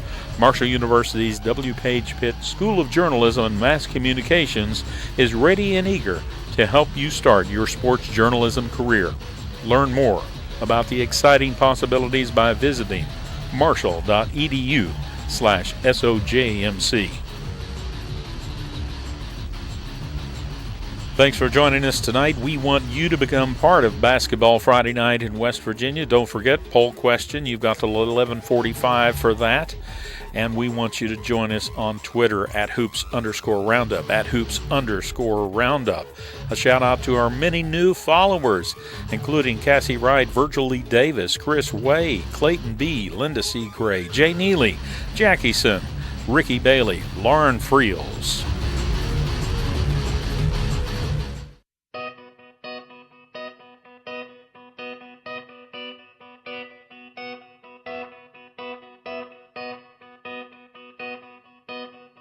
This is high school basketball's home for the Mountain State. Basketball Friday night in West Virginia on the Fast Break Sports Network. Now, back to your hosts, Bill Cornwell, Joe Linville, and Ryan Epling. It is now 10:20 on the program. Ryan Epling alongside Joe Linville. Bill Cornwell is in studio with us tonight. Also joining us now is our special correspondent, Luke Creasy. And Luke is here to introduce us to this week's Standout Athlete of the Week. Well, it's a name that several people around the state might already know if they follow high school basketball. Boys, Drew Williamson, a senior at Chapmanville Regional High School. Dangerous jump shot. He's a dangerous scorer. Over 20, over 30 a couple times already, and he's taken a major role as a leader on that team in the absence of some significant talent lost last year. And it's a Chapmanville team that reached the AA state title game last season for the first time after making the state tournament for the first time just a couple years earlier. And this is a young man, though, that last name carries a lot of weight, especially when you talk about, you might not associate with Chapmanville from a distance, but you just down the road. Maybe you might think of Hearts with this one. Yeah, just a freaky athletic family. Talk about his dad, Andy Paul, who played basketball here for the Marshall Thundering Herd. His older sister, Andy Williamson, a future Hall of Famer here at Marshall, Herd softball. Her name's all over the record books there. And his brother, Paul, played at WVU for a little bit and then transferred to UC. So just a lot of athletic talent, a lot of expectations coming out of that family. With the name Williamson, it carries a lot of weight in the sports realm. And it carries a lot of weight, but it's also something that he kind of accepts, and not just accepts, but takes it as a challenge to meet those standards. Yeah, after the loss to Fairmont Senior in the state championship, he came back this year and said, anything less than a state championship is going to be a disappointment to this team. He realizes that he's a big piece of that team, and his leadership and continued work ethic goes a long way. And he is a very humble young man to boot. And Luke has more now with our Standout Athlete of the Week, senior Drew Williamson of Chapmanville Regional High School.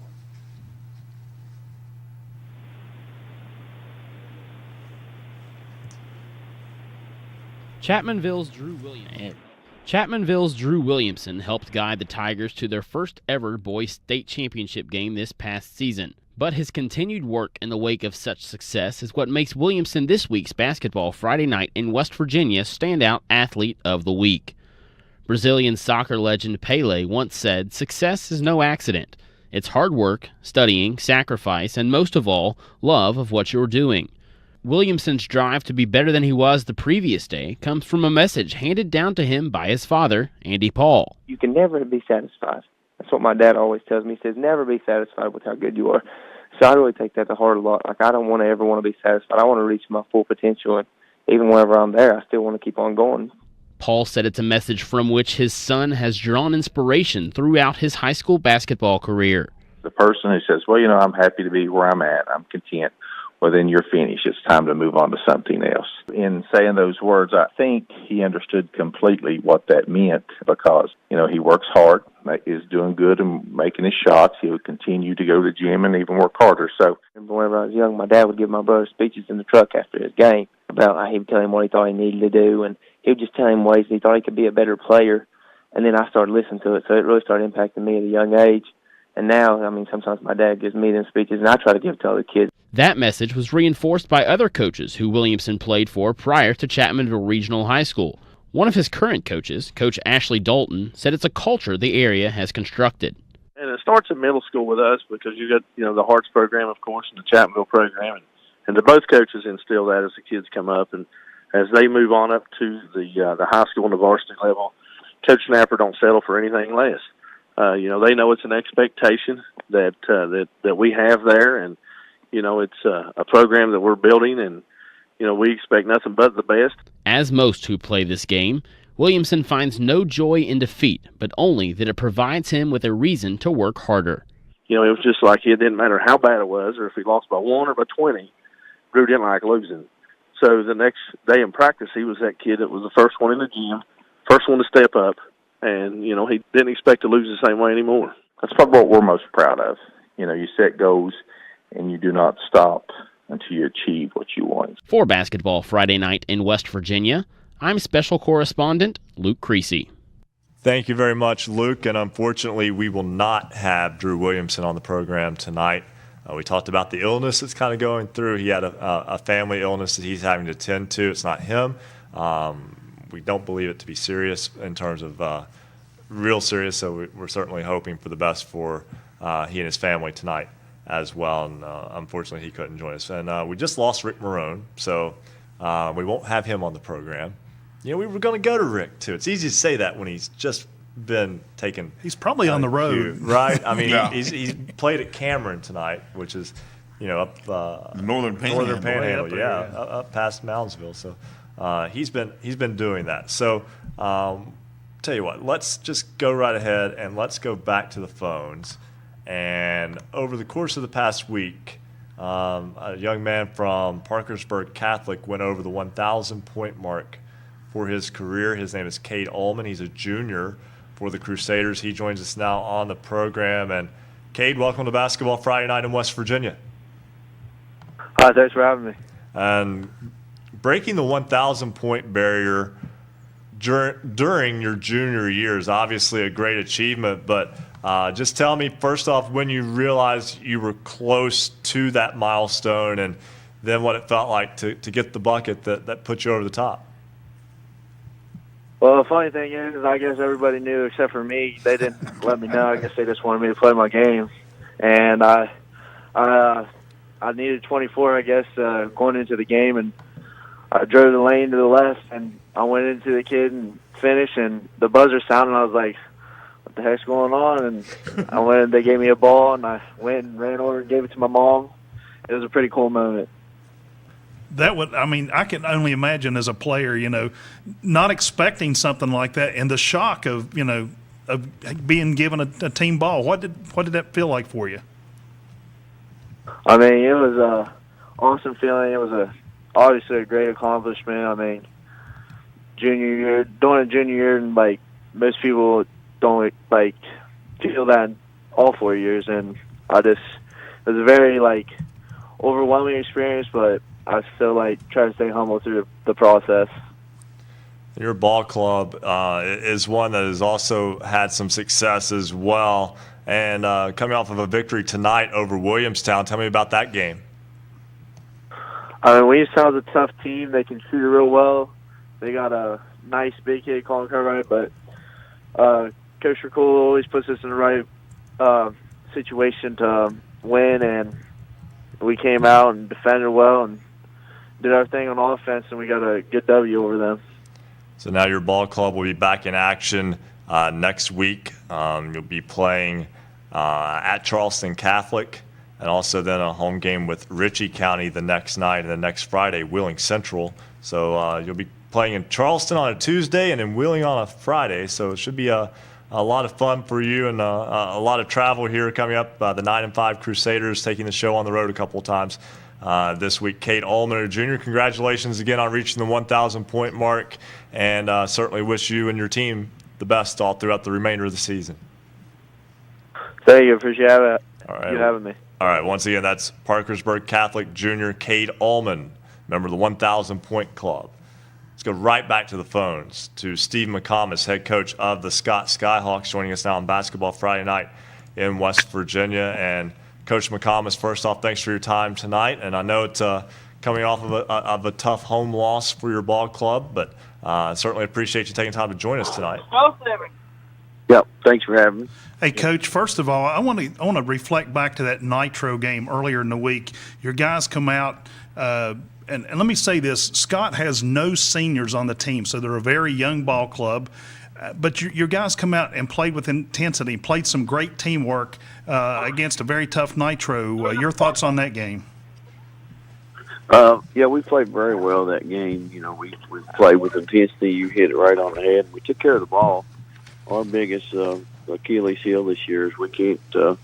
One game we'll have 10 turnovers. One game we'll have 25. We were very inconsistent, and that goes with having no seniors on the team. I think, Joe. Right. We've very inconsistent. We need somebody to step up. I keep waiting for somebody to step up and be that leader, and it's just not there yet. Of course, you're starting to really get into some tough games. You got Mingo Central coming up at home. You've got Logan on the road. Polka is improved from earlier in the season. Charleston Catholic. Your schedule doesn't get any earlier. How do you continue to pound in and day out with your players? Keep it up, boys. It will pay off. Well, it's tough. You need to get a few wins to come along with that. I mean, we definitely got to get a couple wins here and there. We need to beat one of these teams that nobody thinks is going to beat us to give us some confidence. I mean, I think that's really key in us improving. We see improvement in practice and daily, but we just don't execute all the time. Like I said, I hate to keep harping that we're young, but when you start two sophomores and your top two coming off the bench is another sophomore and a junior, it's interesting at times for sure. Hey, when you're young, you're young. That's just what it is. The ball bounces. Absolutely. And your ball club back in action tomorrow at Lincoln County. And certainly wish you and the Skyhawks the best of luck, Coach. And it was also, I want to say, it was nice meeting you this fall. You caught me off guard down in Madison. I didn't really get a chance. I was like, oh, but yeah, right. It was good. It was good to meet you then as well. Yep, we appreciate what you guys do, and it's good to keep up with what y'all have going there. And thanks for sharing Joe with us. Hey, that's Steve McCombs. That was no comment, right? You know, we appreciate it though. We certainly appreciate Steve McCombs, head coach of the Skyhawks. We'll step aside and take a break. We'll come back. We'll talk with Zach Green, head coach of the Logan boys. What a great couple of games there tonight, and some more coming up tomorrow.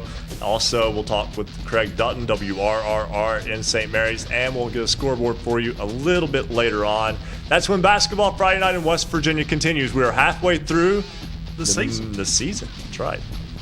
Stay tuned on the Fast Break Sports Network. Basketball Friday Night in West Virginia will return in 2 minutes on the Fast Break Sports Network.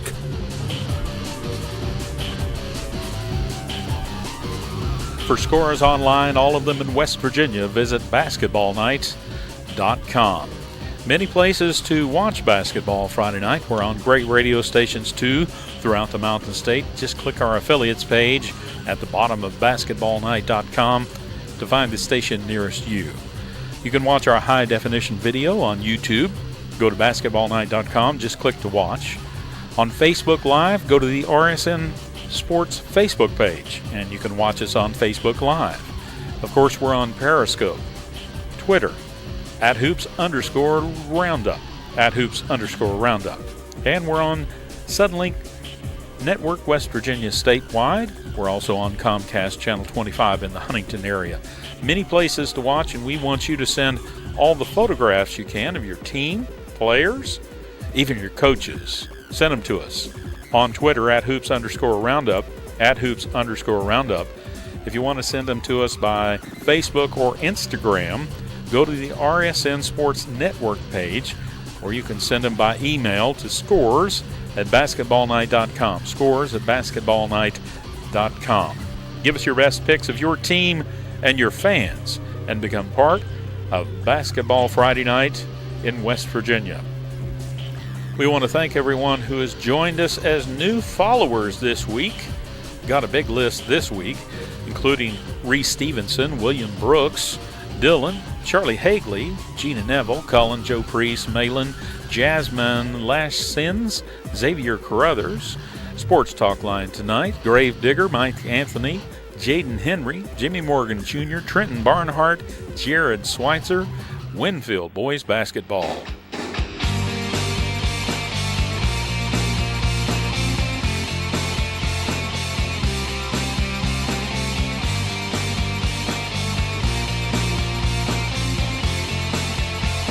Celebrating high school basketball around the Mountain State. You're listening to Basketball Friday Night in West Virginia on the Fast Break Sports Network.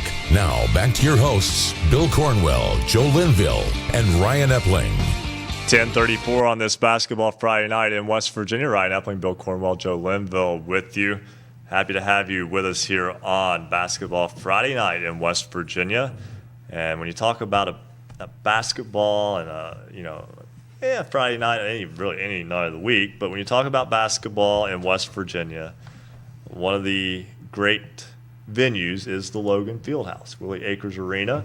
It is home to the King Cole Classic tonight and tomorrow. Zach Green is the head coach of the Logan Wildcats. They picked up a very nice victory tonight over Wyoming East. Coach Green, first off, congratulations on your win tonight. Thank you, guys. Your ball club picking up the win over Wyoming East. We'll talk about that more in a moment, but I want to talk about just the King Cole Classic in general and getting to have a lot of programs make their way into Logan to play in that spectacular venue.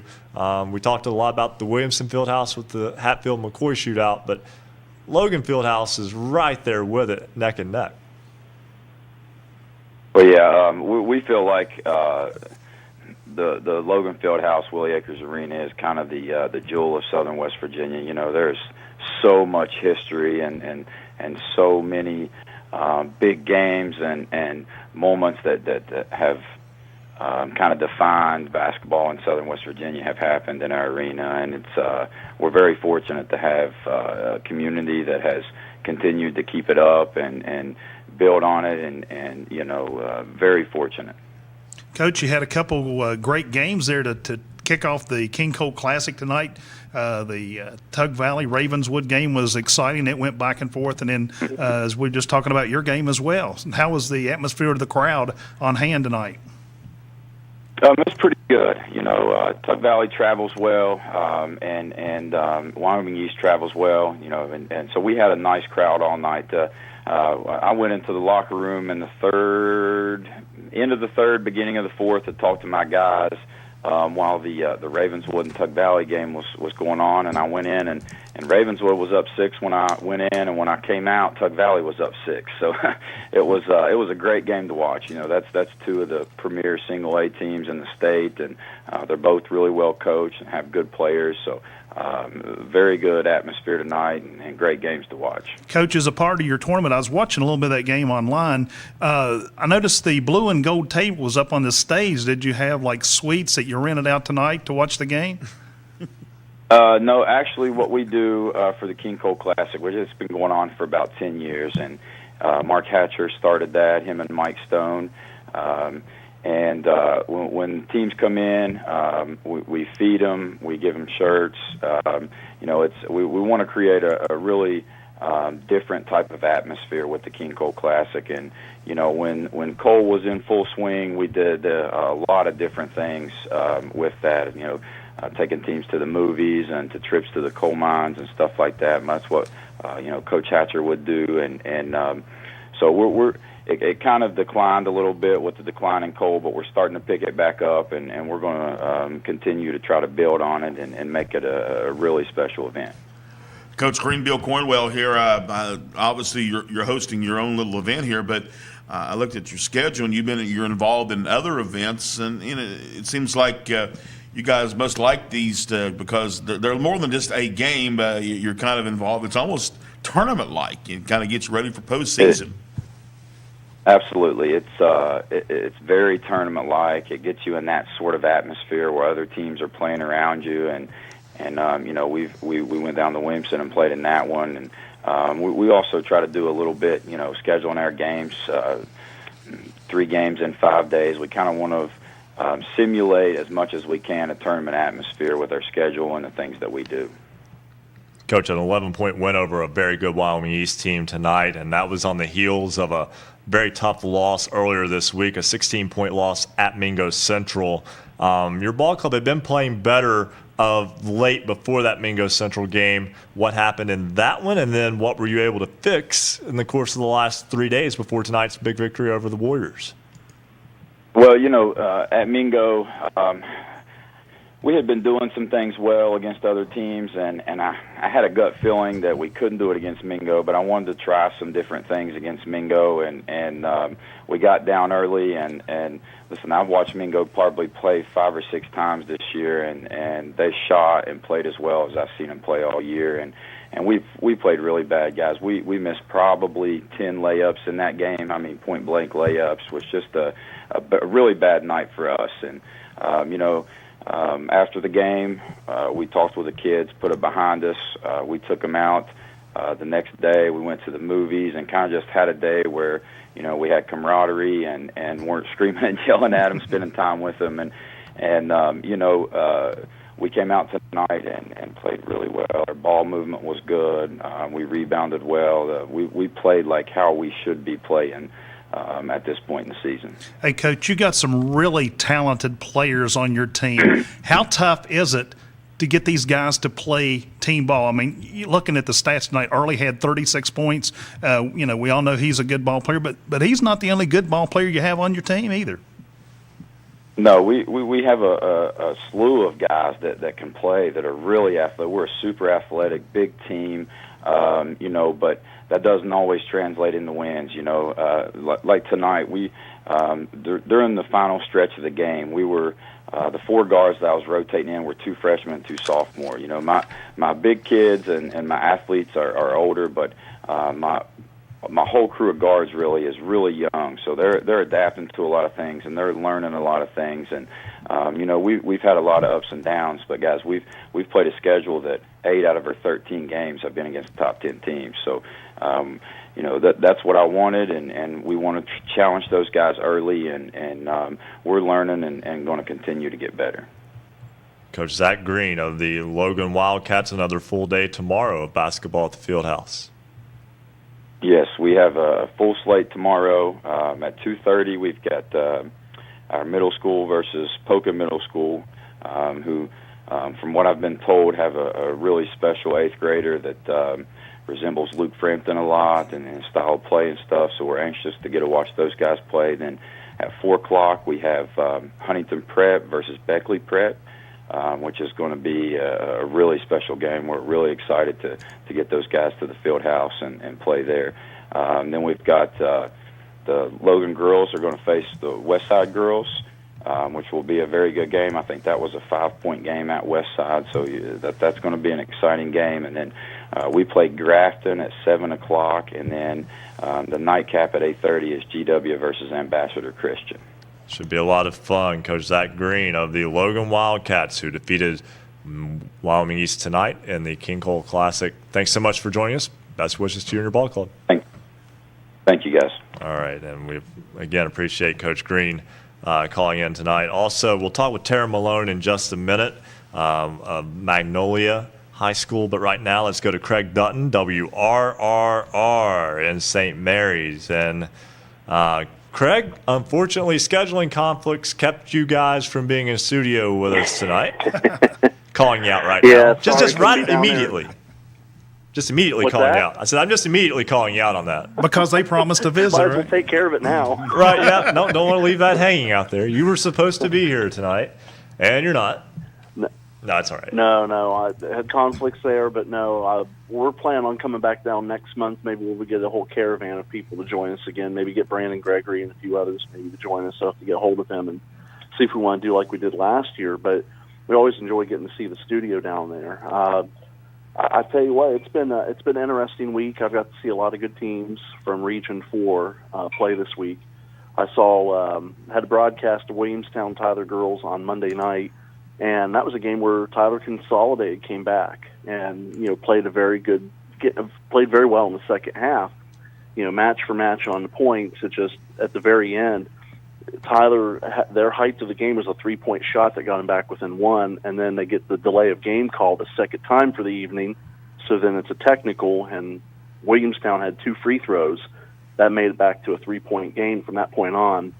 Williamstown regained momentum. Just one little mistake led to them getting the victory over Tyler. And Tyler's in a weird spot now because there's not many more regional games in Region 1 for them to gain, and I feel that's kind of hurt them. And then I got to see Parkersburg Catholic last night, who is now still undefeated with the win over Williamstown tonight. If I'm correct, in girls play, they defeated St. Mary's handedly on the road. That Catholic girls squad is something to watch for in the coming years. I think this is a good year for them. I don't know if they're at the level of playing St. Joe's, at their game yet, but they've got some young ladies who are going to be working their way through that system here soon. that really looked good for Coach Marty Vierhaller. And you mentioned you saw some of the Region 4 teams. I know that that was something that we were kind of looking forward to getting your take on from last week. Tell us about a little bit of what you saw later on in the week, because we actually had a week where weather wasn't a factor. Yeah, it played a huge factor in everything. I mean, getting all these games in, we have that flex period at the end of the season. I feel at times it hurts teams whenever you don't have a lot of games going into your sectional, but right now teams are playing very good ball. You got to wonder about that, if it's going to affect them once they get to that point in the season where there's a big... To accept and set message option. 1. To replay, press 2. To erase and re-record, press 3. That's a problem. You know what? Craig, we appreciate you talking with us. We're going to have to let you go. And we'll go to a break. When we come back, we'll talk with Tara Malone of Magnolia High School. And, we'll do all that when we come back here on Basketball Friday Night in West Virginia on the Fast Break Sports Network.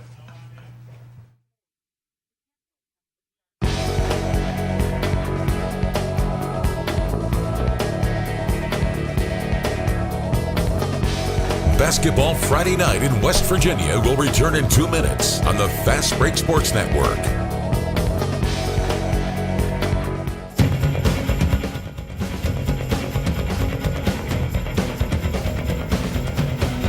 For scores online, all of them in West Virginia, visit us at basketballnight.com. Congratulations tonight to Drew Williamson, Chapmanville Tigers. Drew joins Jaden Lindsay, Jacob Clark, Cole Honecker, Sydney Nestor, Isaiah Morgan, Deja Busby. What they have in common is they were selected by Basketball Friday Night in West Virginia as the Standout Athlete of the Week. Have someone remarkable on your team? Did you have an athlete make an outstanding play? You can nominate your team's players to become the Basketball Friday Night Standout Athlete of the Week. Each week we consider nominees based on leadership, performance on the court, academic performance, involvement in the community, and volunteer work. Every Friday night, we select a Standout Athlete of the Week.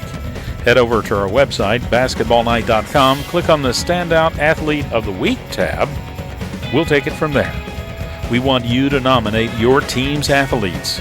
Check it out, basketballnight.com. Basketball Friday Night in West Virginia, the Mountain State's voice for all things high school basketball. Don't forget, it's the Daily Hoops Roundup, part of basketballnight.com. Every day we recap the day's scores for you on all teams in West Virginia. We send followers a tweet at midnight with a link to the Daily Hoops Roundup. You can also visit basketballnight.com and just click on the Daily Hoops Roundup for all the day's scores. We want you to become part of our score reporting crew too. Join us on Twitter and at @hoops_roundup, at @hoops_roundup. You can send us scores by Twitter, text, or email, and we'll make that part of our Daily Hoops Roundup.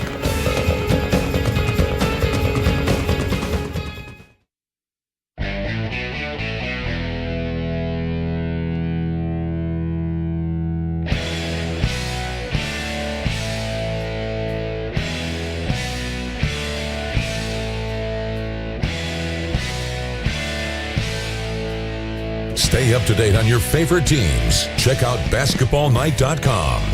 Now, back to Basketball Friday Night in West Virginia with Bill Cornwell, Joe Linville, and Ryan Epling.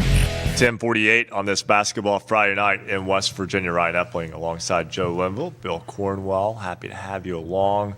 Again, if you're looking for scores, go to basketballnight.com or check us out on Twitter at @hoops_roundup. I also want to mention that if you have a standout athlete of the week that you want to nominate, go to basketballnight.com. You can nominate through that website. Unfortunately, we will not have Drew Williamson on the program tonight. He wasn't able to join us due to a family commitment. And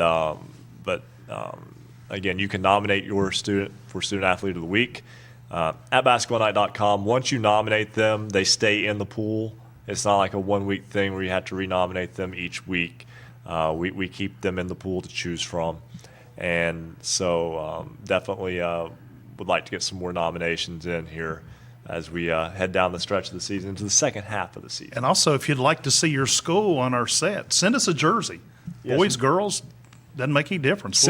We've got a nice new set here. We'd love to add your school's jersey to our collection. The neat thing is that we actually have changed sets during this season, actually, not before it, but you can't really tell because it looks so similar. But there's a different set, and we certainly appreciate the work that Mike Stanley does in behind the scenes in creating this.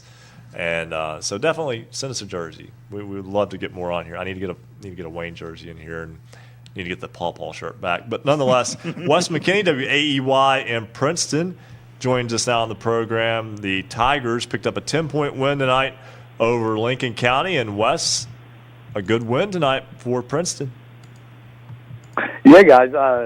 I'm just curious if anyone has seen Lincoln County play, because they are extremely fun to watch. They play a lot of up and down, shoot a lot of threes. They get a lot of back cut and a lot of curl cut motion off their offense as well. Really, really fun team to watch. I was not expecting that at all tonight, to just watch how fast that game was played. And Lincoln County, really, guys, I mean, I know they're not a powerhouse in AA, but they created a lot of problems for Princeton, especially through about the first 20 minutes of the game. But Princeton went on a 10-0 run right before halftime to get a 6-point lead, and then really built on that lead in the second half over the final 3-4 minutes of the third quarter. But yeah, very impressed by Lincoln County tonight. But the difference tonight for Princeton was their front court play. Kyron Kennedy, who's really emerged here since the start of 2018, he missed the last handful of games in 2017 because of her injury to his wrist. But Kyron Kennedy's really emerged, a double-double the other night against James Monroe. He had 18 points, 9 rebounds tonight, 16 of those 18 in the second half. Ethan Parsons, just a freshman, came off the bench, scored 10 points. 8 of his 10 came in the second quarter. So, yeah, Princeton got a lot of contributions tonight. If you would have told Ernie Gilliard his team was going to score 67 points, and Cade Fix and Drew Hopkins, his 2 junior guards, would be held both below 10 points, I think he would take that and run with it 10 times out of 10. Hey, Wes, it's Joe Linville, and I have seen Lincoln County play a couple of different teams this year. Watched them play Scott and Madison, then on the road at Man. I like the way you described them. I kind of called them like a scrappy team, but they really hustle and got some pretty decent talent on the team. Yeah, I can't remember, Joe, what the final turnover margin or the final turnover count for Princeton was, but at halftime, Princeton was shooting something crazy like 61 or 62%, but they had 14 turnovers. And they really caused havoc for Princeton. Princeton just is more, they play under control, they run their sets, they'll get out and run when they can, but Princeton's a half-court oriented team that looks for high percentage looks, and tonight Lincoln County sped Princeton up, and you could just see the frustration from the Tigers in the first quarter. I mean, to kind of put in perspective what Lincoln County does to you, I guess, is back in the day, well, not back in the day, but about 8-10 years ago, whenever VMI was getting up and down the floor, running a lot, getting in the press, shooting a lot of threes, it's almost that kind of style of basketball, not to that degree, but just how fast they play. I mean, they're constantly getting really good looks, but only off of like 2 or 3 passes.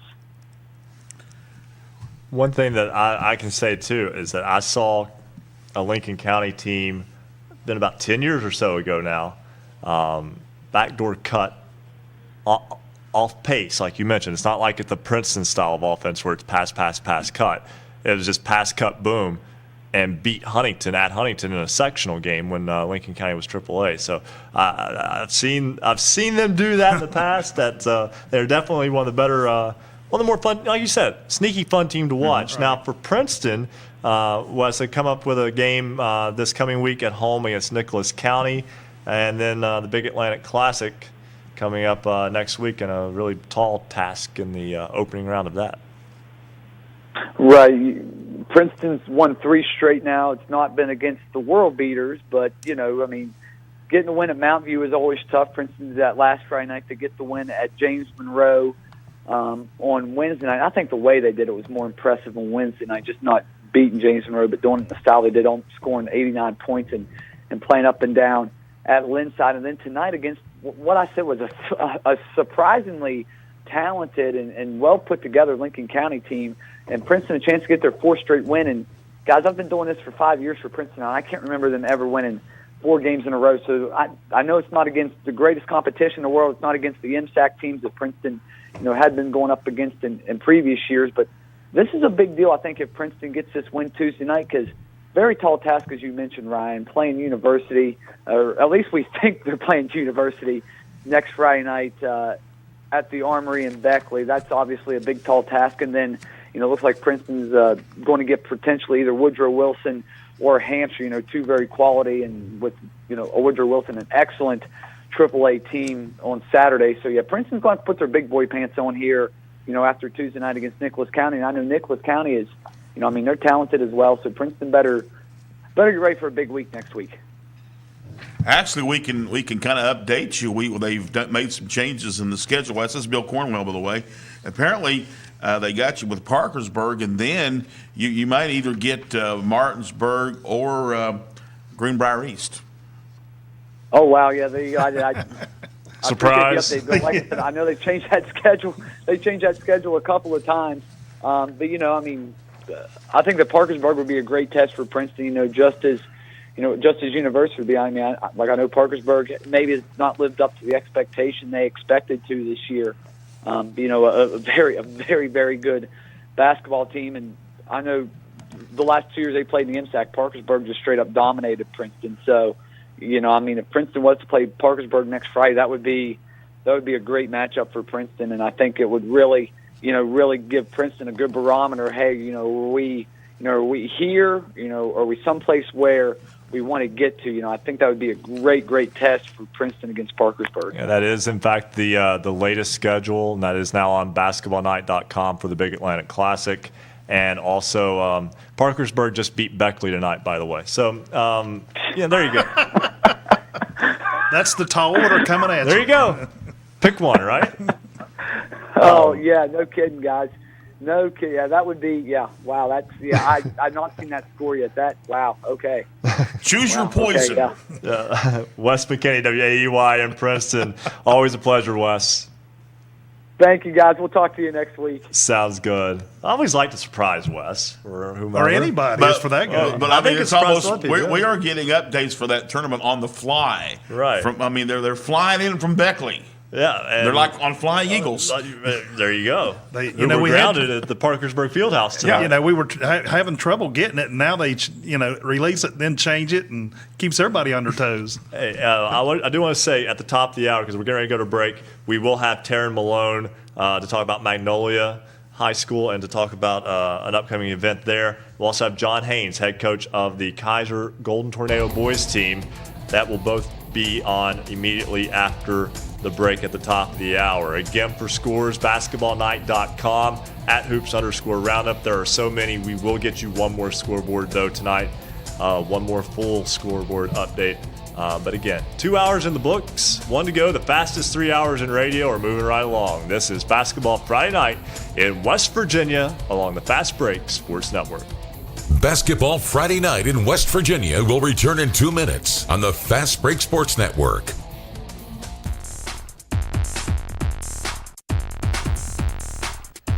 Every Friday night from 9 to midnight, we're the home for high school basketball in the Mountain State. This is Basketball Friday Night in West Virginia. Special thanks tonight to all of our affiliates. We want to thank Suddenlink and Network West Virginia for carrying us statewide. Also, thank you to Comcast, carrying us in the Huntington region on Channel 25, and RSN Sports Network, broadcasting us on Facebook Live. You can listen on great radio stations throughout the Mountain State, including 103.7 Jack FM, WQWV in Fisher, the Valley's Watchdog, 1600 AM, WKKX in Wheeling, 1370 AM, WVLY Moundsville, Jackson County's home for Southern Gospel, Singing News Radio 92.5 FM, WTHM LP, Ravenswood, Ripley, Knights Radio 91.5 FM, WRSG in Middleburn, Talk Radio WRNR, Martinsburg 740 AM, 106.5 FM, Classic Hits 106, WHFI Linside 106.7 FM, 95 The Sports Fox, WBES Charleston, 950 AM, 101.9 FM, and 1290 AM, WVOW in Logan. Light Rock, 93R, WRRR St. Mary's, 93.9 FM. The Ticket, 102.3 FM, WMTD in Hinton, 98.5 FM and 101.5 FM, WQAZLP Edmond, Beckley, 101.7 FM, WYAPLP in Clay, and Marshall University's flagship station, 88.1 FM, WMUL in Huntington. This is Basketball Friday Night in West Virginia.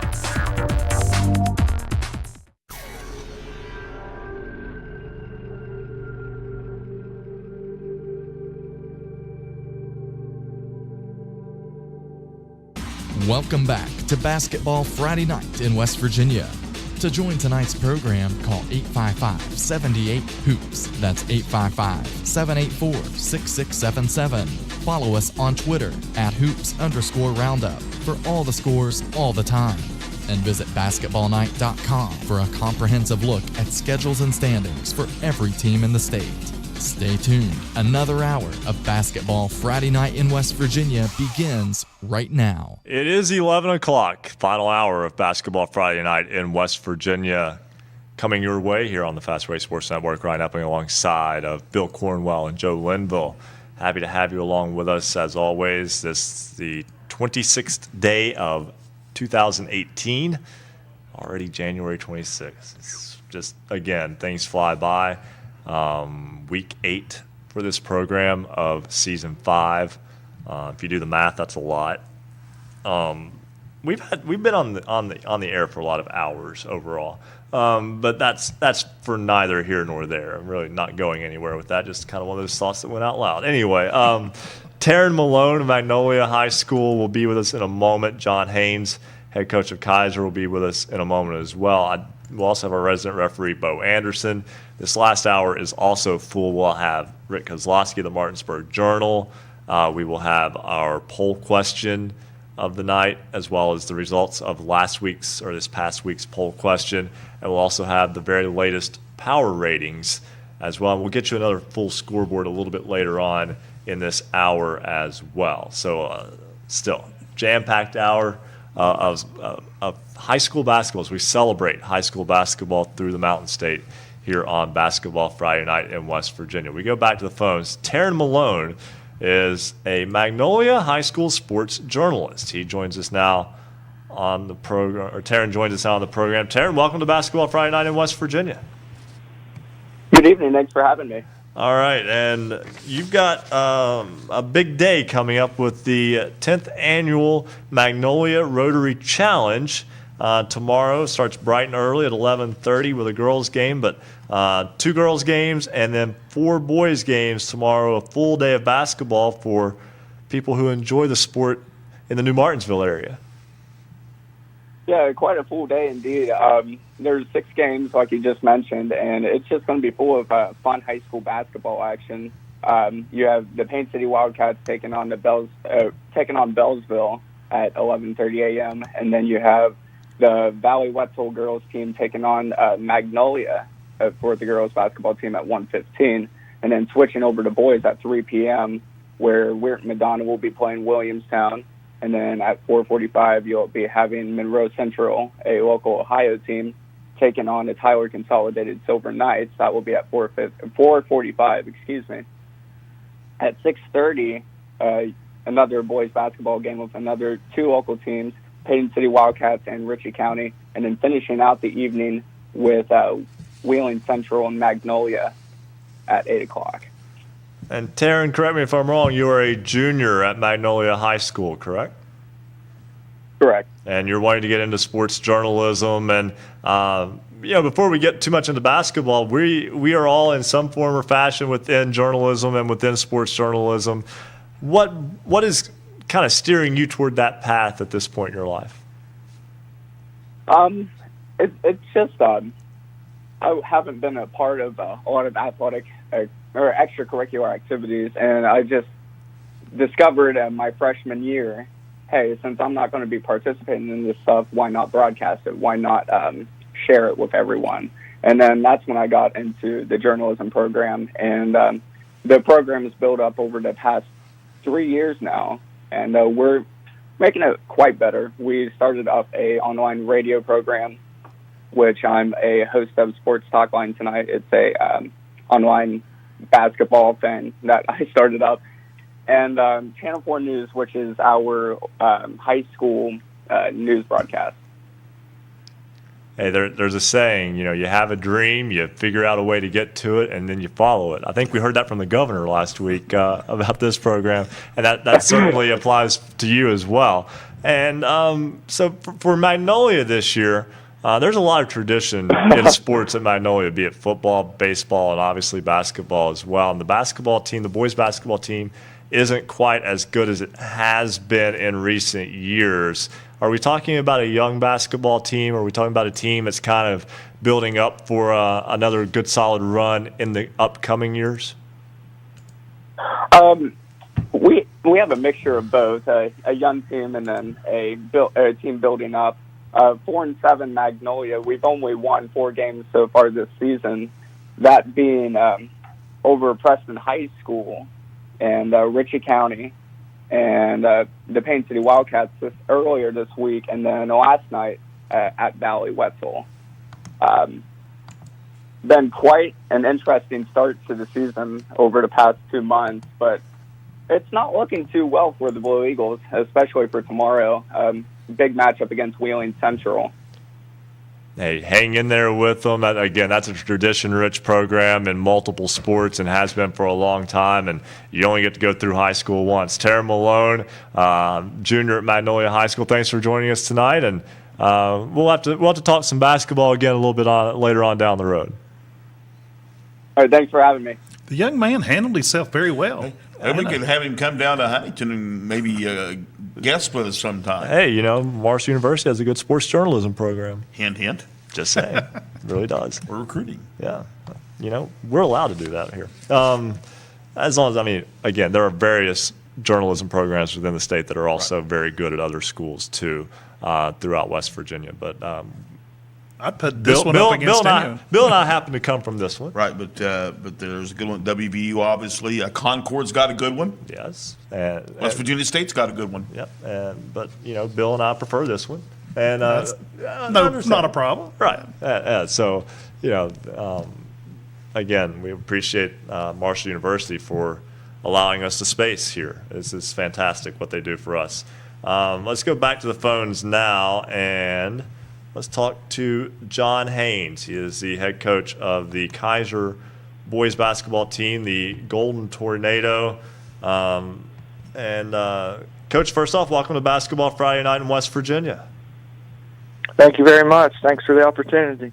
I know it's a difficult night after a difficult loss. Your team is 6-6 on the season, and as I mentioned, always a tough situation when your ball club takes on the teams in your area. And when I say your area, I'm talking about Frankfort is good within Mineral County, but then also the Cumberland schools such as Fort Hill, Maryland. But 6-6 coming into tonight on the season. Tell me a little bit about how that game went tonight for your ball club. Like you said, a lot of you all out in the West and around the state don't know about our area much because of the Maryland schools, but I think us playing a tough schedule prepares us to play and hopefully get seeded better down the road. But tonight we just came out flat. We had one dude, injury was out, and he was on a recruiting visit. But the kids hung in there. Fort Hill, I give Thad Burner, the coach there at Fort Hill, a lot of props. He had the team ready, and I didn't have my team ready, but I'll get them better and have them ready down the season.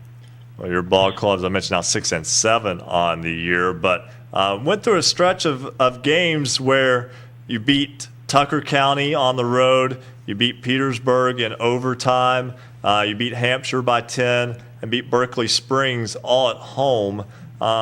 Your ball club has shown signs that it can be a formidable foe and can be a very difficult team come the postseason. Right. We did go on that winning streak. and the kids were playing hard. We just I preached to them we had to put those 4 quarters together. We're a team that likes to come out and a little flat, but we always finish hard and we fight to the end. And we haven't really lost by that many this year because that's a tribute to the kids playing hard, and we coach them up as hard as we can. But they don't give up, and playing this tough schedule I think will help us down the stretch because we have a pretty tough task with Philip Barber. I would say they're probably the number 1 seed, I would think, coming through, unless us or Berkeley or Petersburg or Frankfort can knock them off. And if you don't win your section, you're going to have to go over and face Fairmont Senior, and that's be realistic. That's going to be a tall task for anybody. Coach, this is Joe Linville. I'm looking at your schedule, and it looks like your early schedule was really home game, really heavy. But now the second half, it's going to flip-flop. Your guys are going to be on the road quite a bit. How tough is that being on the road day in and day out for a high school program? Well, it's real tough, and unfortunately we lost a few with the snow and weather. I'm sure everybody did. But just got to coach the kids up and practice hard, and hopefully we can prevail and get a few wins on the road that'll prepare us for down the road if we have to go out to Philip Barber or who knows where it goes. At least you've got corridor H done now, right? It kind of helps out. Do that. That makes it awesome. I remember it's been about 7 years now since I've been through Kaiser, but one of the more beautiful areas, just driving through Parsons and Davis, I took that route because it's a prettier route, and this was before corridor H was done as well.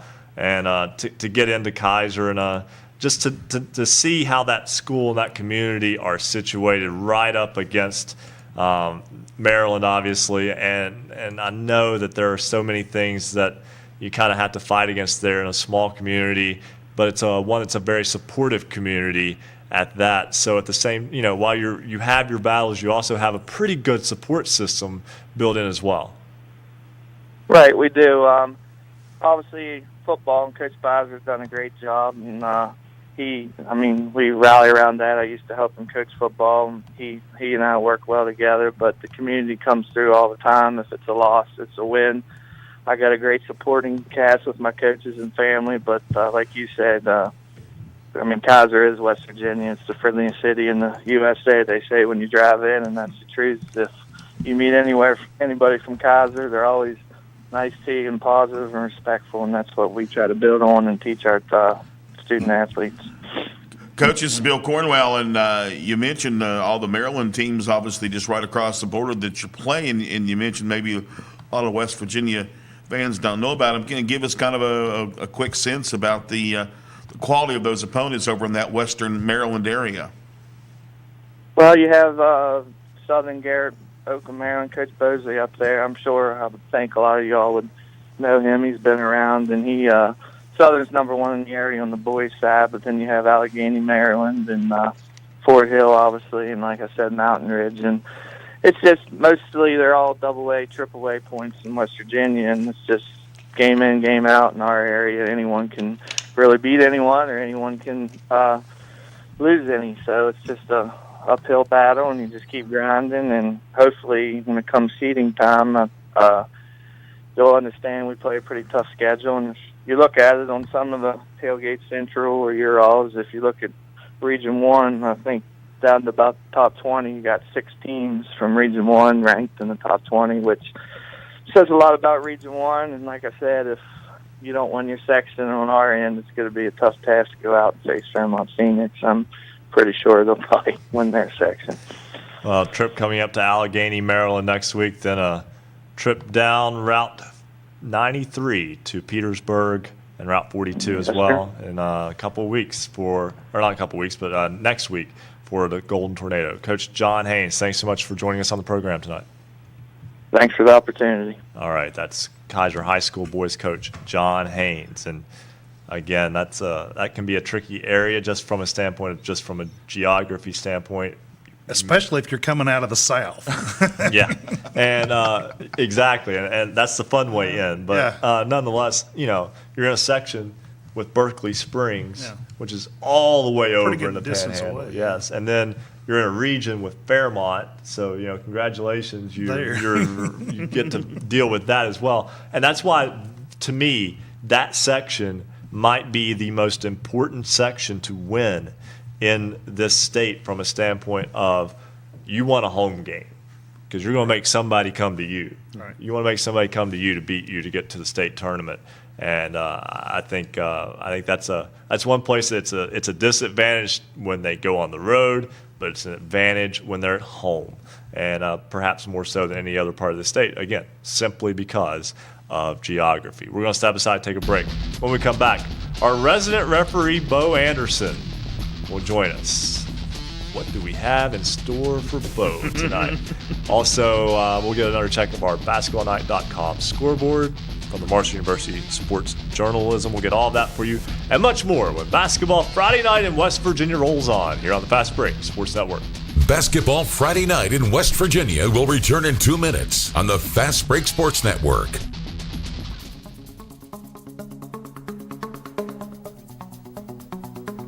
If you love basketball, then there's only one place to be on Friday nights after the game. It's Basketball Friday Night in West Virginia. The Marshall University Sports Journalism degree is designed for you to find a job to put your knowledge and training to work after graduation. The program allows for students to concentrate in one of 3 exciting areas: print, public relations, or broadcasting. Our curriculum features skill-based courses and prioritizes hands-on real-life experiences that not only expose the students' work to the public, but also to the sports journalism professionals who are often willing to provide crucial feedback and career-launching advice. Marshall has 15 varsity teams that afford sports journalism majors the opportunity to cover them in any media format, including text, online, photo, radio, or video.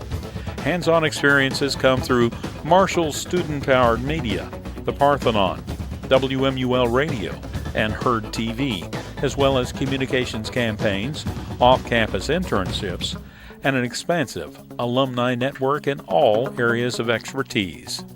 The Marshall University School of Journalism is ready and eager to start your sports media career. Learn more about the exciting possibilities by visiting marshall.edu/SOJMC. Thanks for joining us tonight. Join us on Twitter at @hoops_roundup, at @hoops_roundup. Big shout out to all of our new followers this week, including Lisa Sharp, David Sharp, Todd Ryan, Kenny Green, and Brian Herron. This is Basketball Friday Night in West Virginia.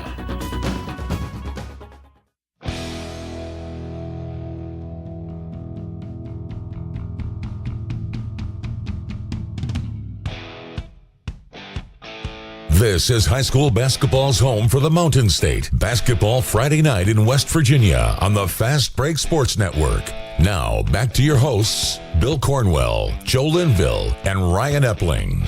Welcome back to Basketball Friday Night in West Virginia. It's 11:17. Ryan Epling, Joe Linville, Bill Cornwell, happy to have you along. We'll talk with our resident referee, Bo Anderson, in just a moment. But right now, we want to get you another full check of the Marshall University Sports Journalism BasketballNight.com scoreboard.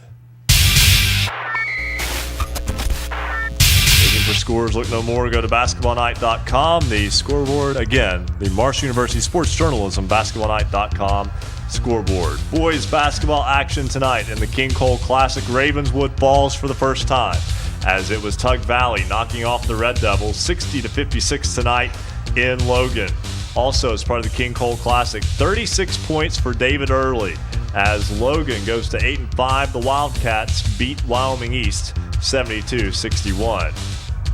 Other games tonight, Midland Trail defeats Fayetteville 74-58. 34 points tonight in the win for Noah Minor, 25 in the loss for Luke Bass. Also tonight, Oak Glen defeats Beaver Local Ohio 70-48. Ethan Travis, 20 points, 10 rebounds for the Golden Bears. East Hardy, 74. Valley Wetzel, 58. It was Indian Creek, Ohio, 60. Weir, 43. Princeton defeats Lincoln County tonight, 67-57. Tigers have won 3 in a row. Nicholas County defeats Braxton County, 69-64, the final in that one. Also, boys basketball action tonight. Philip Barber, 78. Buchanan Upshur, 45. it was George Washington improving to 9-2 with a 66-51 victory over the Knights of Cabell Midland. Also tonight, Calhoun County goes to Glenville and beats Gilmer County 64-53 to final in that one. Capital gets a big road win tonight at Huntington, 74-67. Cougars beat the reigning state champion Highlanders.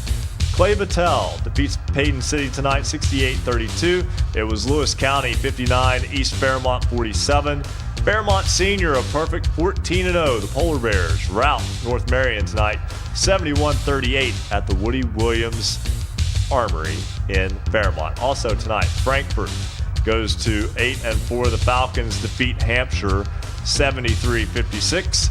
And it was the Martinsburg Bulldogs winning for the third time this week. This time over host Hedgesville, 58-34, 24-point road victory for Martinsburg. Billsville, Ohio defeated the 100 Hornets tonight, 46-36. It was South Charleston, the Black Eagles over the Redskins of Hurricane, 84-71. Parkersburg South, big win tonight over John Marshall, 79-51. It was Fort Hill, Maryland over Kaiser, 62-38. It was Winfield defeating the Mingo Central Miners tonight on Miner Mountain, 72-61.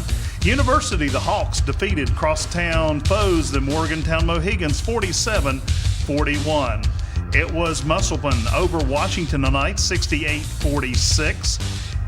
Tucker County, the Mountain Lions defeated the Fighting Irish of Notre Dame, 66-59. Parkersburg Catholic winners tonight over Williamstown. The Yellow Jackets fall 72-62. The Wayne Pioneers defeated the Skyhawks of Scott tonight 78-67. Westside, the Renegades down the Shady Spring Tigers 79-41. Spring Valley defeated St. Albans tonight 74-65. Summers County fell to Greater Beckley Christian 62-45. Wheeling Central, the Maroon Knights picked up a win tonight over Lindsley, 82-55. Owen Gaynor had 23 points. Brett Price added 21 for Wheeling Central. Parkersburg, the Big Reds defeated Woodrow Wilson tonight, 55-49. Van Bulldogs defeated Doddridge County 70-36. It was Oak Hill winners tonight over Greenbrier West 74-60, and it was the Meadowbridge Wildcats over the Harmon Panthers 85-47 in the hometown invitational tournament. Bill, take a look at the girls' scores. Actually, I've lost the scoreboard, so go ahead and take it. All right. Well, Bill's lost the scoreboard. You know what? I have found it. Mingo Central defeats Scott tonight 64-31. It was Greater Beckley Christian defeating Liberty Raleigh 44-25. Frankfort's girls defeat Grafton tonight 90-42. It was Riverview going to James Monroe and winning in Linside 51-37. Raiders get the road victory. Tucker County goes to 13-0 as the Mountain Lions beat Notre Dame 53-28. Midland Trail defeats Richwood tonight 68-47. Also, girls basketball tonight, Tyler Consolidated 80, Work County 55. It was Moorfield 63, Pendleton County 32. Cameron defeats Tulsa tonight in the Hometown Invitational 53-34. Dragons get the home victory. Clay Battelle, also a home winner in the Hometown Invitational over Payton City 49-27. Independence defeats Mercer Christian tonight 58-33. Patriots get the win. Also, girls high school basketball action tonight. Valley Fayette defeats Herbert Hoover 63-55. Lincoln is now 8-6 as the Cougars go to East Fairmont and beat the Bees 52-42. It was Preston picking up a home victory tonight over Fort Hill, Maryland 64-49 the final. The Knights get the win. How about this one? Even though they're AAA, still a big win for the Patriots of Wheeling Park. The girls from Wheeling Park pick up a 53-40 home win over Fairmont Senior. It was Pike View defeating Princeton tonight, 56-42 the final. Panthers get the home win. Also, Lincoln County goes to Point Pleasant and defeats the Knights 74-46.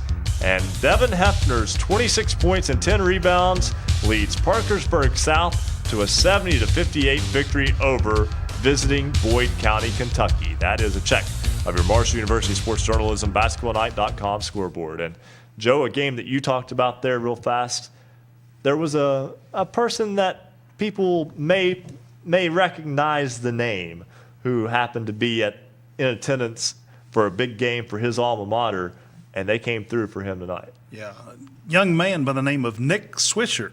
If you've not heard of him, he was a pretty good baseball player. Come out of Parkersburg and went on to the major leagues, and he was on hand tonight to watch the Big Reds pick up that big win tonight. Yeah, so Nick Swisher getting to see his alma mater beat Woodrow Wilson tonight. That's a big win for them, and obviously a lot of fun for him as well. So now time for our resident referee, Bo Anderson, joins us here on Basketball Friday Night in West Virginia. Bo, welcome back into the program. I'm glad to be here, guys. I've had game every day this week, and just actually pulled into the front of the house. Hey, you're Good timing. right on time, exactly. And yes, sir. Hey, Bo, we were expecting you tonight, and there's some big orange cones in the studio tonight just for you. Oh, well, I tell you what, I'd like to have seen that, but, I was in Ohio tonight, and I missed it. Well, for those who missed the program last week, the video portion of it, Bo walked right in front of the camera as he was going on set. Not one camera, but all three of them. as we were live. So, whatever. We have some fun with it. I teed him up here on set. But nonetheless, Bo, we wanted to talk about a few things that, maybe some people may or may not know as well as they think they do. And, Joe, do you have anything for Bo? Yeah, Bo, let's talk a little bit about inbounding the basketball. A lot of these teams have really went heavy on the defense of late. Talk about inbounding the ball, how much room you have to give a player, and how much time you got to get it in. Okay, well, Joe, first thing, the player taking the ball out of bounds, if it's a small gym where they cannot back themselves up 3 feet, then we have to put an imaginary space out and back the defender up 3 feet. What a lot of players don't understand is we do not have to back that defender up. The defender can come right up to the end line if the player's got 3 feet or greater space where they can back up, because we've talked before whether they're on a designated spot or running. If they're on a designated spot, they have to keep something on or over the 3 foot area, but they can back up as far as they want, 20 feet if they have that much room to pass the ball inbounds. Obviously, they've got 5 seconds to throw the ball directly into the court, and the count ends when the ball is released directly into the court. And if the player is allowed to run the inline, then that player can also pass along to teammates who may still continue to throw the ball in bounds as long as they've got something touching out of bounds with nothing touching in bounds when they pass the ball to that teammate. And therefore, your rule of you are where you jump from until you land is a factor, because if I jump from out of bounds and I catch the ball in the air to take it out and land in bounds, and I've caused a violation, landed out of bounds, I've caused a violation. And the same way from the inbounder. If the inbounder throws it in, then that inbounder has got to get something touching inbounds with nothing touching out of bounds before they can receive the pass back. And so, therefore, the guy that's out of bounds taking it out, throws it in, and then jumps in the air, he's considered out of bounds until he gets something touching inbounds. So that's kind of the basics of the throw-in as far as whether you would have a violation or not. And also, as they bring up the floor, you'll see a lot of referees, swinging their arm doing a count. You've only got so many seconds to get it across midcourt. Correct. That's a 10-second, and that is, and a lot of people don't understand this part of the rule either, is if a player's got the ball in the backcourt, they've got 10 seconds to get it across. If they're dribbling, then the ball on both feet have to get across. If they're passing, then once the ball hits the front court on a pass, it's got front court status, and the 10-second count ends. Now, it's still going as long as the ball's in the air if it was passed in the backcourt. So if you throw a long blooper and it's up there for 2 or 3 seconds, then that 10-second count's still going. Also, another thing people don't understand is a loose ball always remains in possession of the last team that had the ball. So if a player in the backcourt is dribbling the basketball and it gets knocked away from them and it's rolling loose, the 10-second count is still going because the team that knocked it away did not gain possession of it. So, therefore, you still got a count going, and when you call that 10-second violation, everybody screaming the ball was tipped, that does not stop the 10-second count. Only if the other team gets possession of the basketball, physically grabs it, picks it up, and gets control or starts a dribble with it, that's when the 10-second count went in and the other team would start trying to score on their basket. Let's talk about the closely guarded rule. And that's something that I think everyone's familiar with, but maybe don't know all the mechanics too, including the fact that you don't necessarily have to be facing the ball for the count to be on. That is correct, Ryan. A legal guarding position to start it, both feet on the floor facing the opponent with the basketball in the front court. This is all front court. Closely guarded counts are front court only. Now, once that player is established that, they can turn around and guard backwards as long as they guard legally, and the only way they would be guarding illegally is if they move towards the player with the basketball and cause contact. They can move side to side. They can be going backwards. They can do anything in their legality, including jumping straight up and down, and they've got from the floor to the roof. Now, the 5-second count, a lot of people don't understand this part of it. If you get out on the basketball court and you want to know what 6 feet is, because people are saying, you're counting and they're way off of them. 6 feet. A good example of 6 feet is from the foul line to the 3-point line. That's 6 feet. Or from the mid-court stripe to the other part of the semicircle. That's 6 feet. Those are 2 ways you can judge the distance. It's farther away than what you think, and therefore there's counts going on that people don't understand. They don't have to be breathing on them and smelling what kind of food they had for lunch in order to get a count going. That is a hold, dribble, hold count. So the maximum a player could have possession of the basketball with someone closely guarding them is 12 seconds. They can hold for 4, then start a dribble. If that player's still within 6 feet, then that count starts, and we change hands on each count. So then they get it. They're dribbling for 4. They pick it up. Now they've got 4 more seconds that they can, and then after that they've got to either pass or shoot before we get to 5 seconds.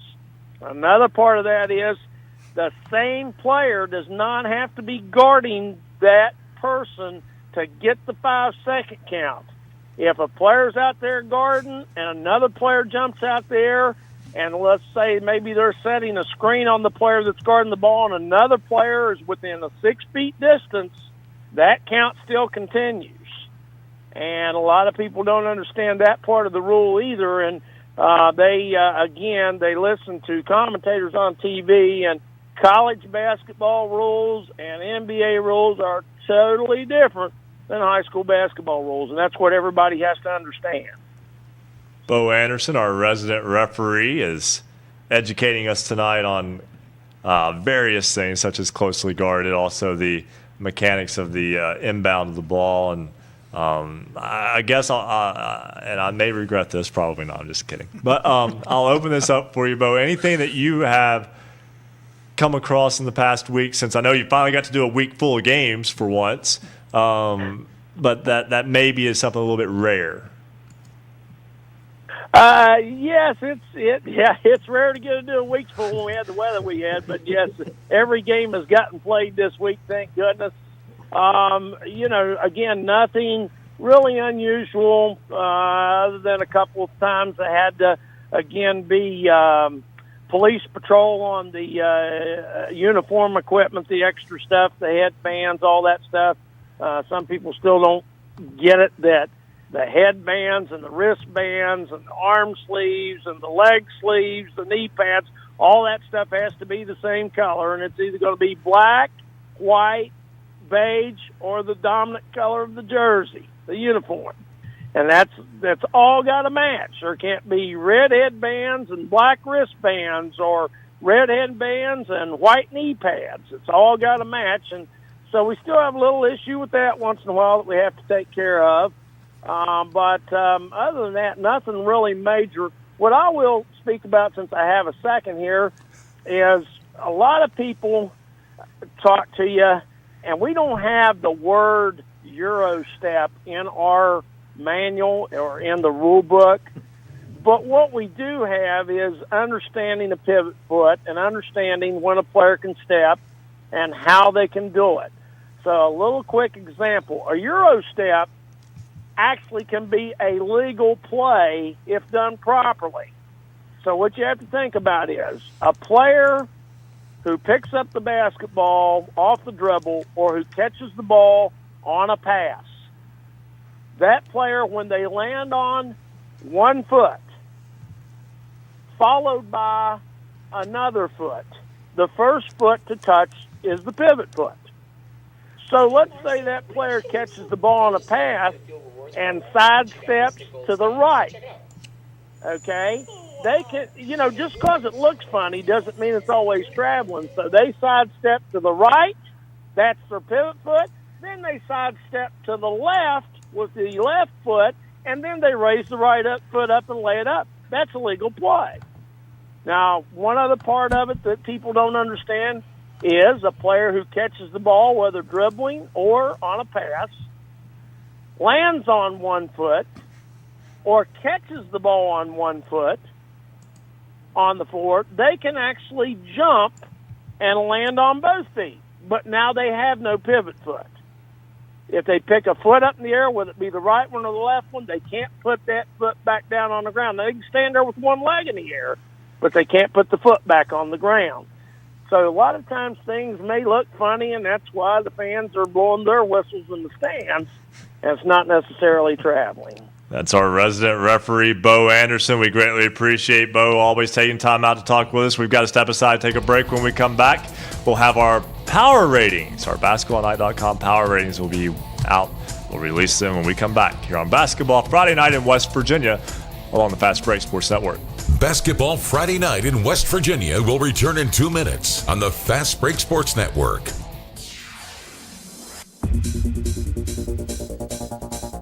For scores online, all of them in West Virginia, visit basketballnight.com. Don't forget, you got about 10 minutes to join us in our online poll. This week's question: should high school basketball adopt women's college basketball rules of shooting 2 shots after the 5th foul in a quarter and resetting team fouls each quarter? Vote yes or no. You got to 11:45. Not very long. Go to basketballnight.com, vote in this week's poll, and you'll see the poll on the right-hand side of the page. Congratulations to Drew Williamson of the Chapmanville Tigers. Drew joins Jaden Lindsay, Jacob Clark, Cole Honecker, Sidney Nestor, Isaiah Morgan, Deja Busby as our standout athlete of the week. If you've got a standout athlete, someone you would like to nominate, head over to our website, basketballnight.com, click on the Standout Athlete of the Week tab, fill out the nomination form, we'll take it from there. We want you to nominate your team's athletes. Don't forget, also go to our website and you can sign up for the Daily Hoops Roundup. It's part of Basketball Friday Night in West Virginia, and of course, you can send scores to us by Twitter, text, email. We make that part of the Daily Hoops Roundup. On Twitter, @hoops_roundup, @hoops_roundup. You can email scores and pictures to us. The pictures you're watching right now, if you're watching our video, those are sent in to us. Send those to scores@basketballnight.com or send them to us on Twitter @hoops_roundup. Thanks for joining us. This is Basketball Friday Night in West Virginia.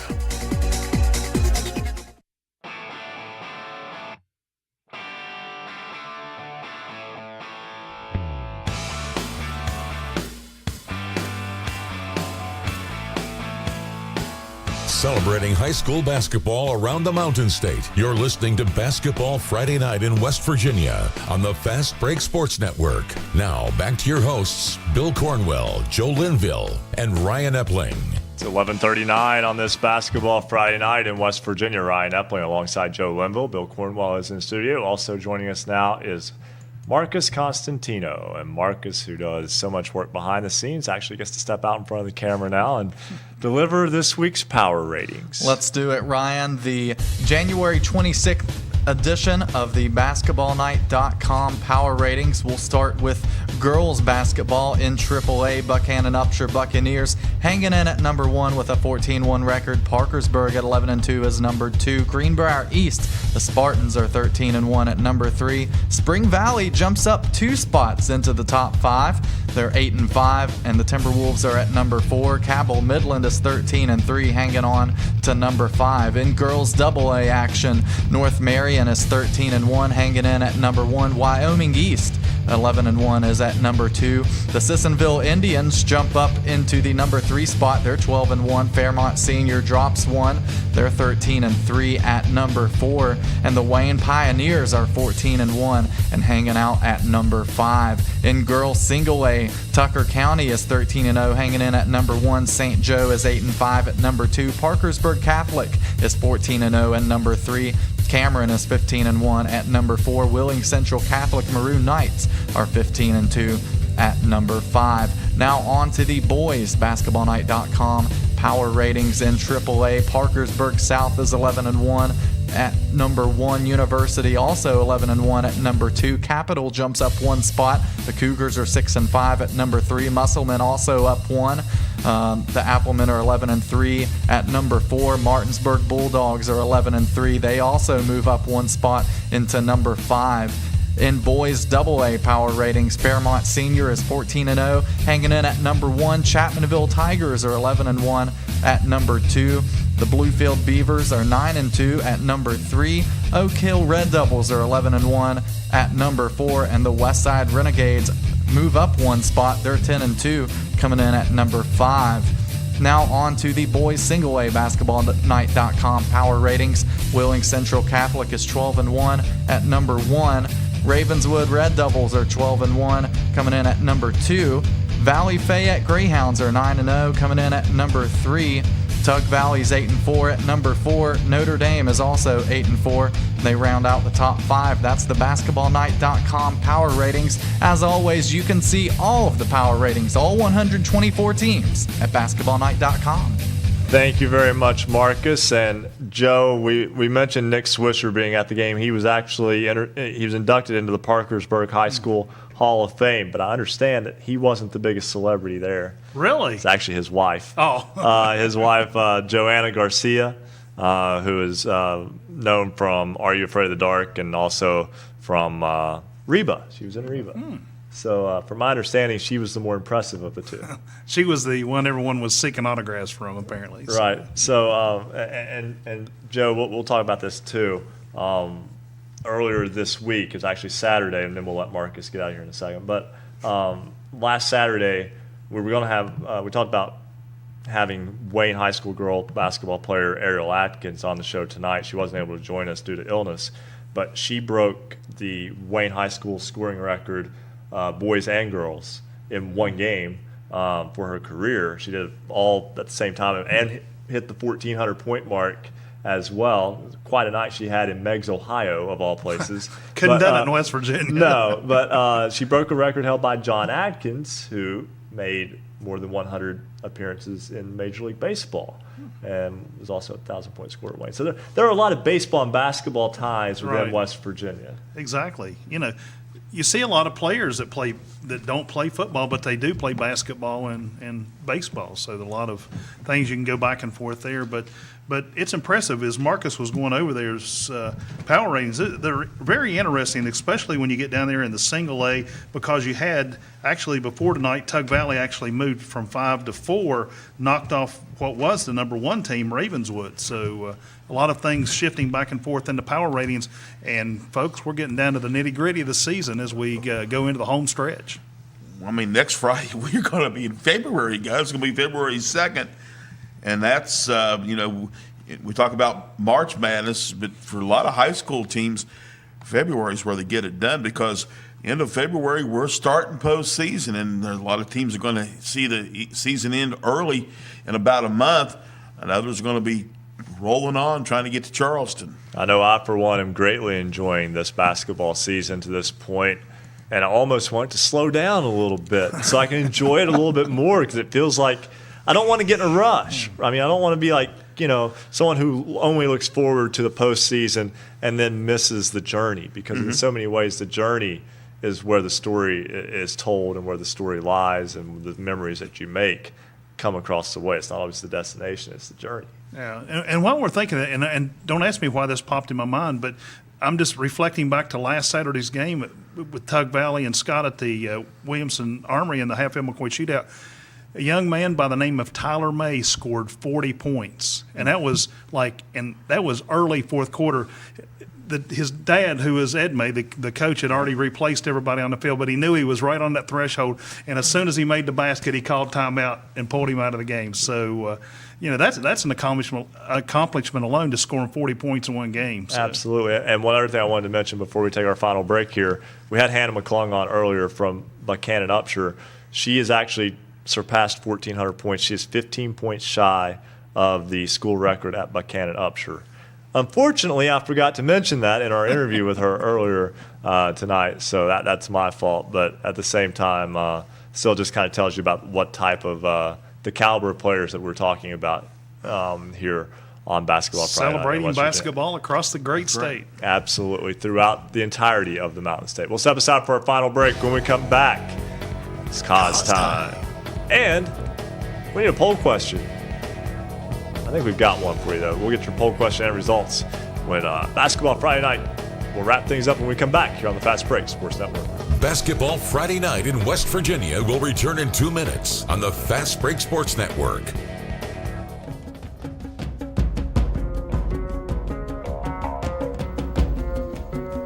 This is high school basketball's voice in the Mountain State. Basketball Friday Night in West Virginia. Special thanks tonight to all of our radio affiliates. Of course, great radio stations throughout the Mountain State carry Basketball Friday Night, and we thank them. It includes 103.7 Jack FM, WQWV in Fisher, the Valley's Watchdog 1600 AM WKKX in Wheeling, 1370 AM WVLY Moundsville, Jackson County's home for Southern Gospel, Singing News Radio 92.5 FM WTHMLP Ravenswood, Ripley, Night Radio 91.5 FM WRSG in Middleburn, Talk Radio WRNR, Martinsburg, 740 AM 106.5 FM, Classic Hits 106, WHFI Linside 106.7 FM, 95 The Sports Fox WBES Charleston 950 AM, 101.9 FM and 1290 AM WVOW in Logan, Light Rock 93R, WRRR St. Mary's 93.9 FM, The Ticket 102.3 FM WMTD in Hinton, 98.5 FM and 101.5 FM WQAZLP Edmond, Beckley, 101.7 FM WYAPLP in Clay, and Marshall University's flagship station, 88.1 FM WMUL in Huntington. A big thank you to Suddenlink carrying us on Network West Virginia statewide, Comcast on Channel 25 in the Huntington region, and of course we're streaming online on Facebook at the RSN Sports Network. This is Basketball Friday Night in West Virginia.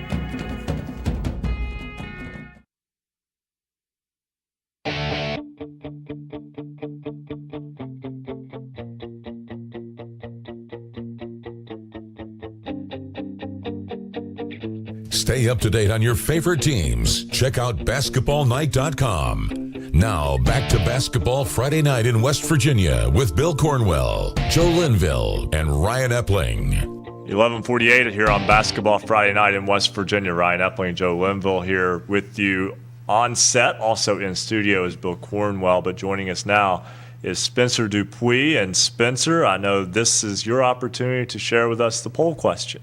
So last week, the poll question that was up was, should high school basketball adopt women's college basketball rules of shooting 2 shots after the 5th foul in a quarter and resetting team fouls each quarter?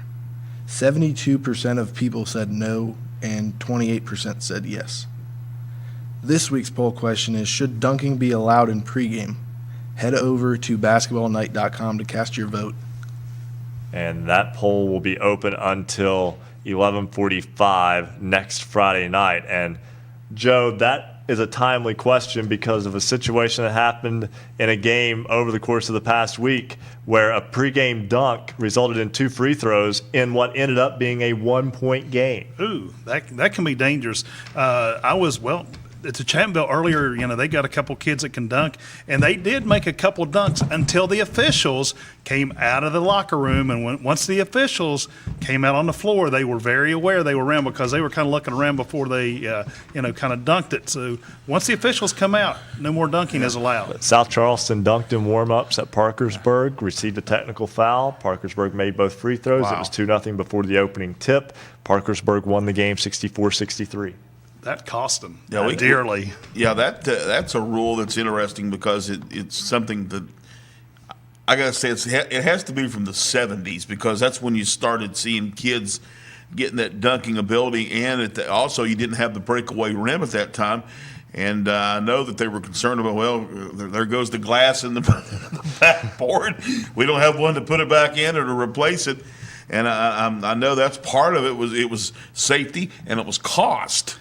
But that's not an issue now. Speaking of that, the backboard was broken at the Williams Memorial Fieldhouse back, I think it was in maybe the 70s. Mm-hmm. And anyway, I don't remember the young man's name, but he was at the Hatfield McCoy tournament last week. He was so impressed that he brought the rim back and donated it back to the Memorial Fieldhouse to put in their trophy case. If I broke a backboard and I had the rim with me, I might just take it everywhere. Wear it around your neck. Yeah. When you see that, you know what happened. I tore it off of a backboard somewhere. But, we're about ready to wrap things up here on another edition of BasketballFridayNight.com, but we can't do that without the cause. And it is, in fact, cause time here on Basketball Friday Night in West Virginia. Take down, everybody wants into the crowd alive. Break down, take down, you must have.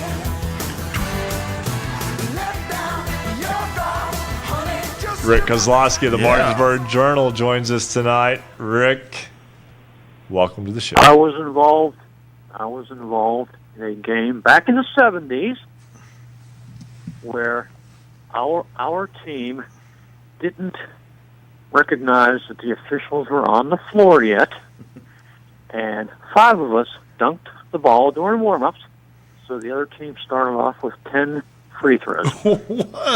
Cause can dunk hold on. ball? I was going to say, wait a minute. You say 5 of us would include you, I would presume, right?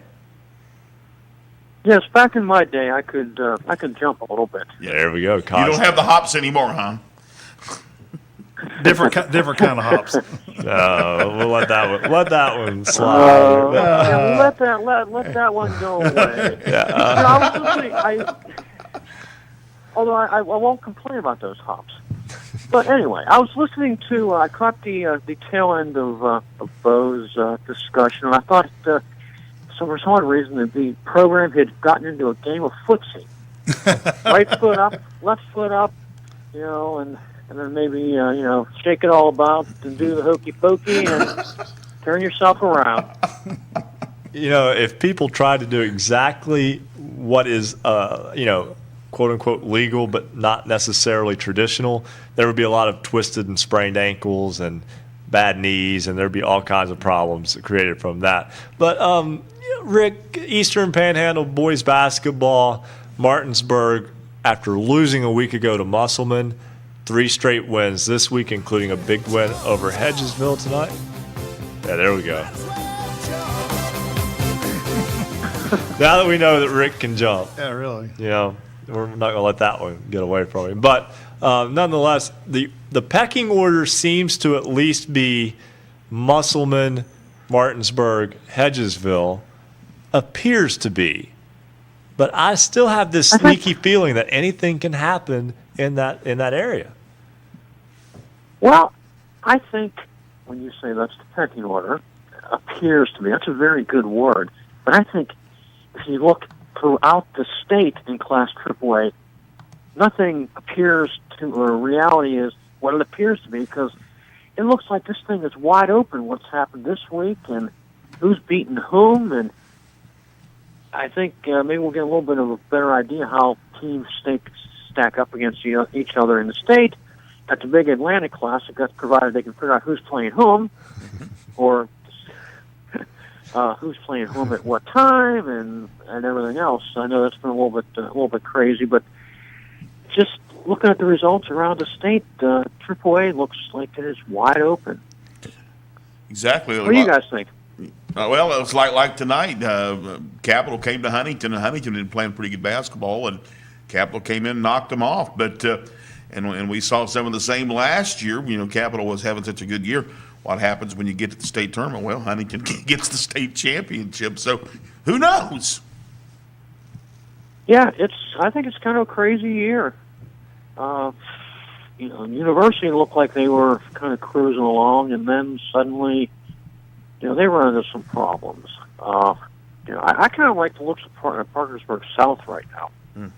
And I've seen someone say that, even though Parkersburg South has beaten Parkersburg twice, I saw somebody from over that way says, "Oh, Parkersburg will get them come sectional time." I'm like, And I know Parkersburg's had a couple big wins this week. So, let's throw the ball out there and see what happens. Hey, that's exactly right. And I was just getting ready to say, we can just kind of sit back and enjoy it, take it all in, because this is shaping up to be an exciting postseason. But I'm not in a big hurry to rush us there. I'm enjoying the process of getting there.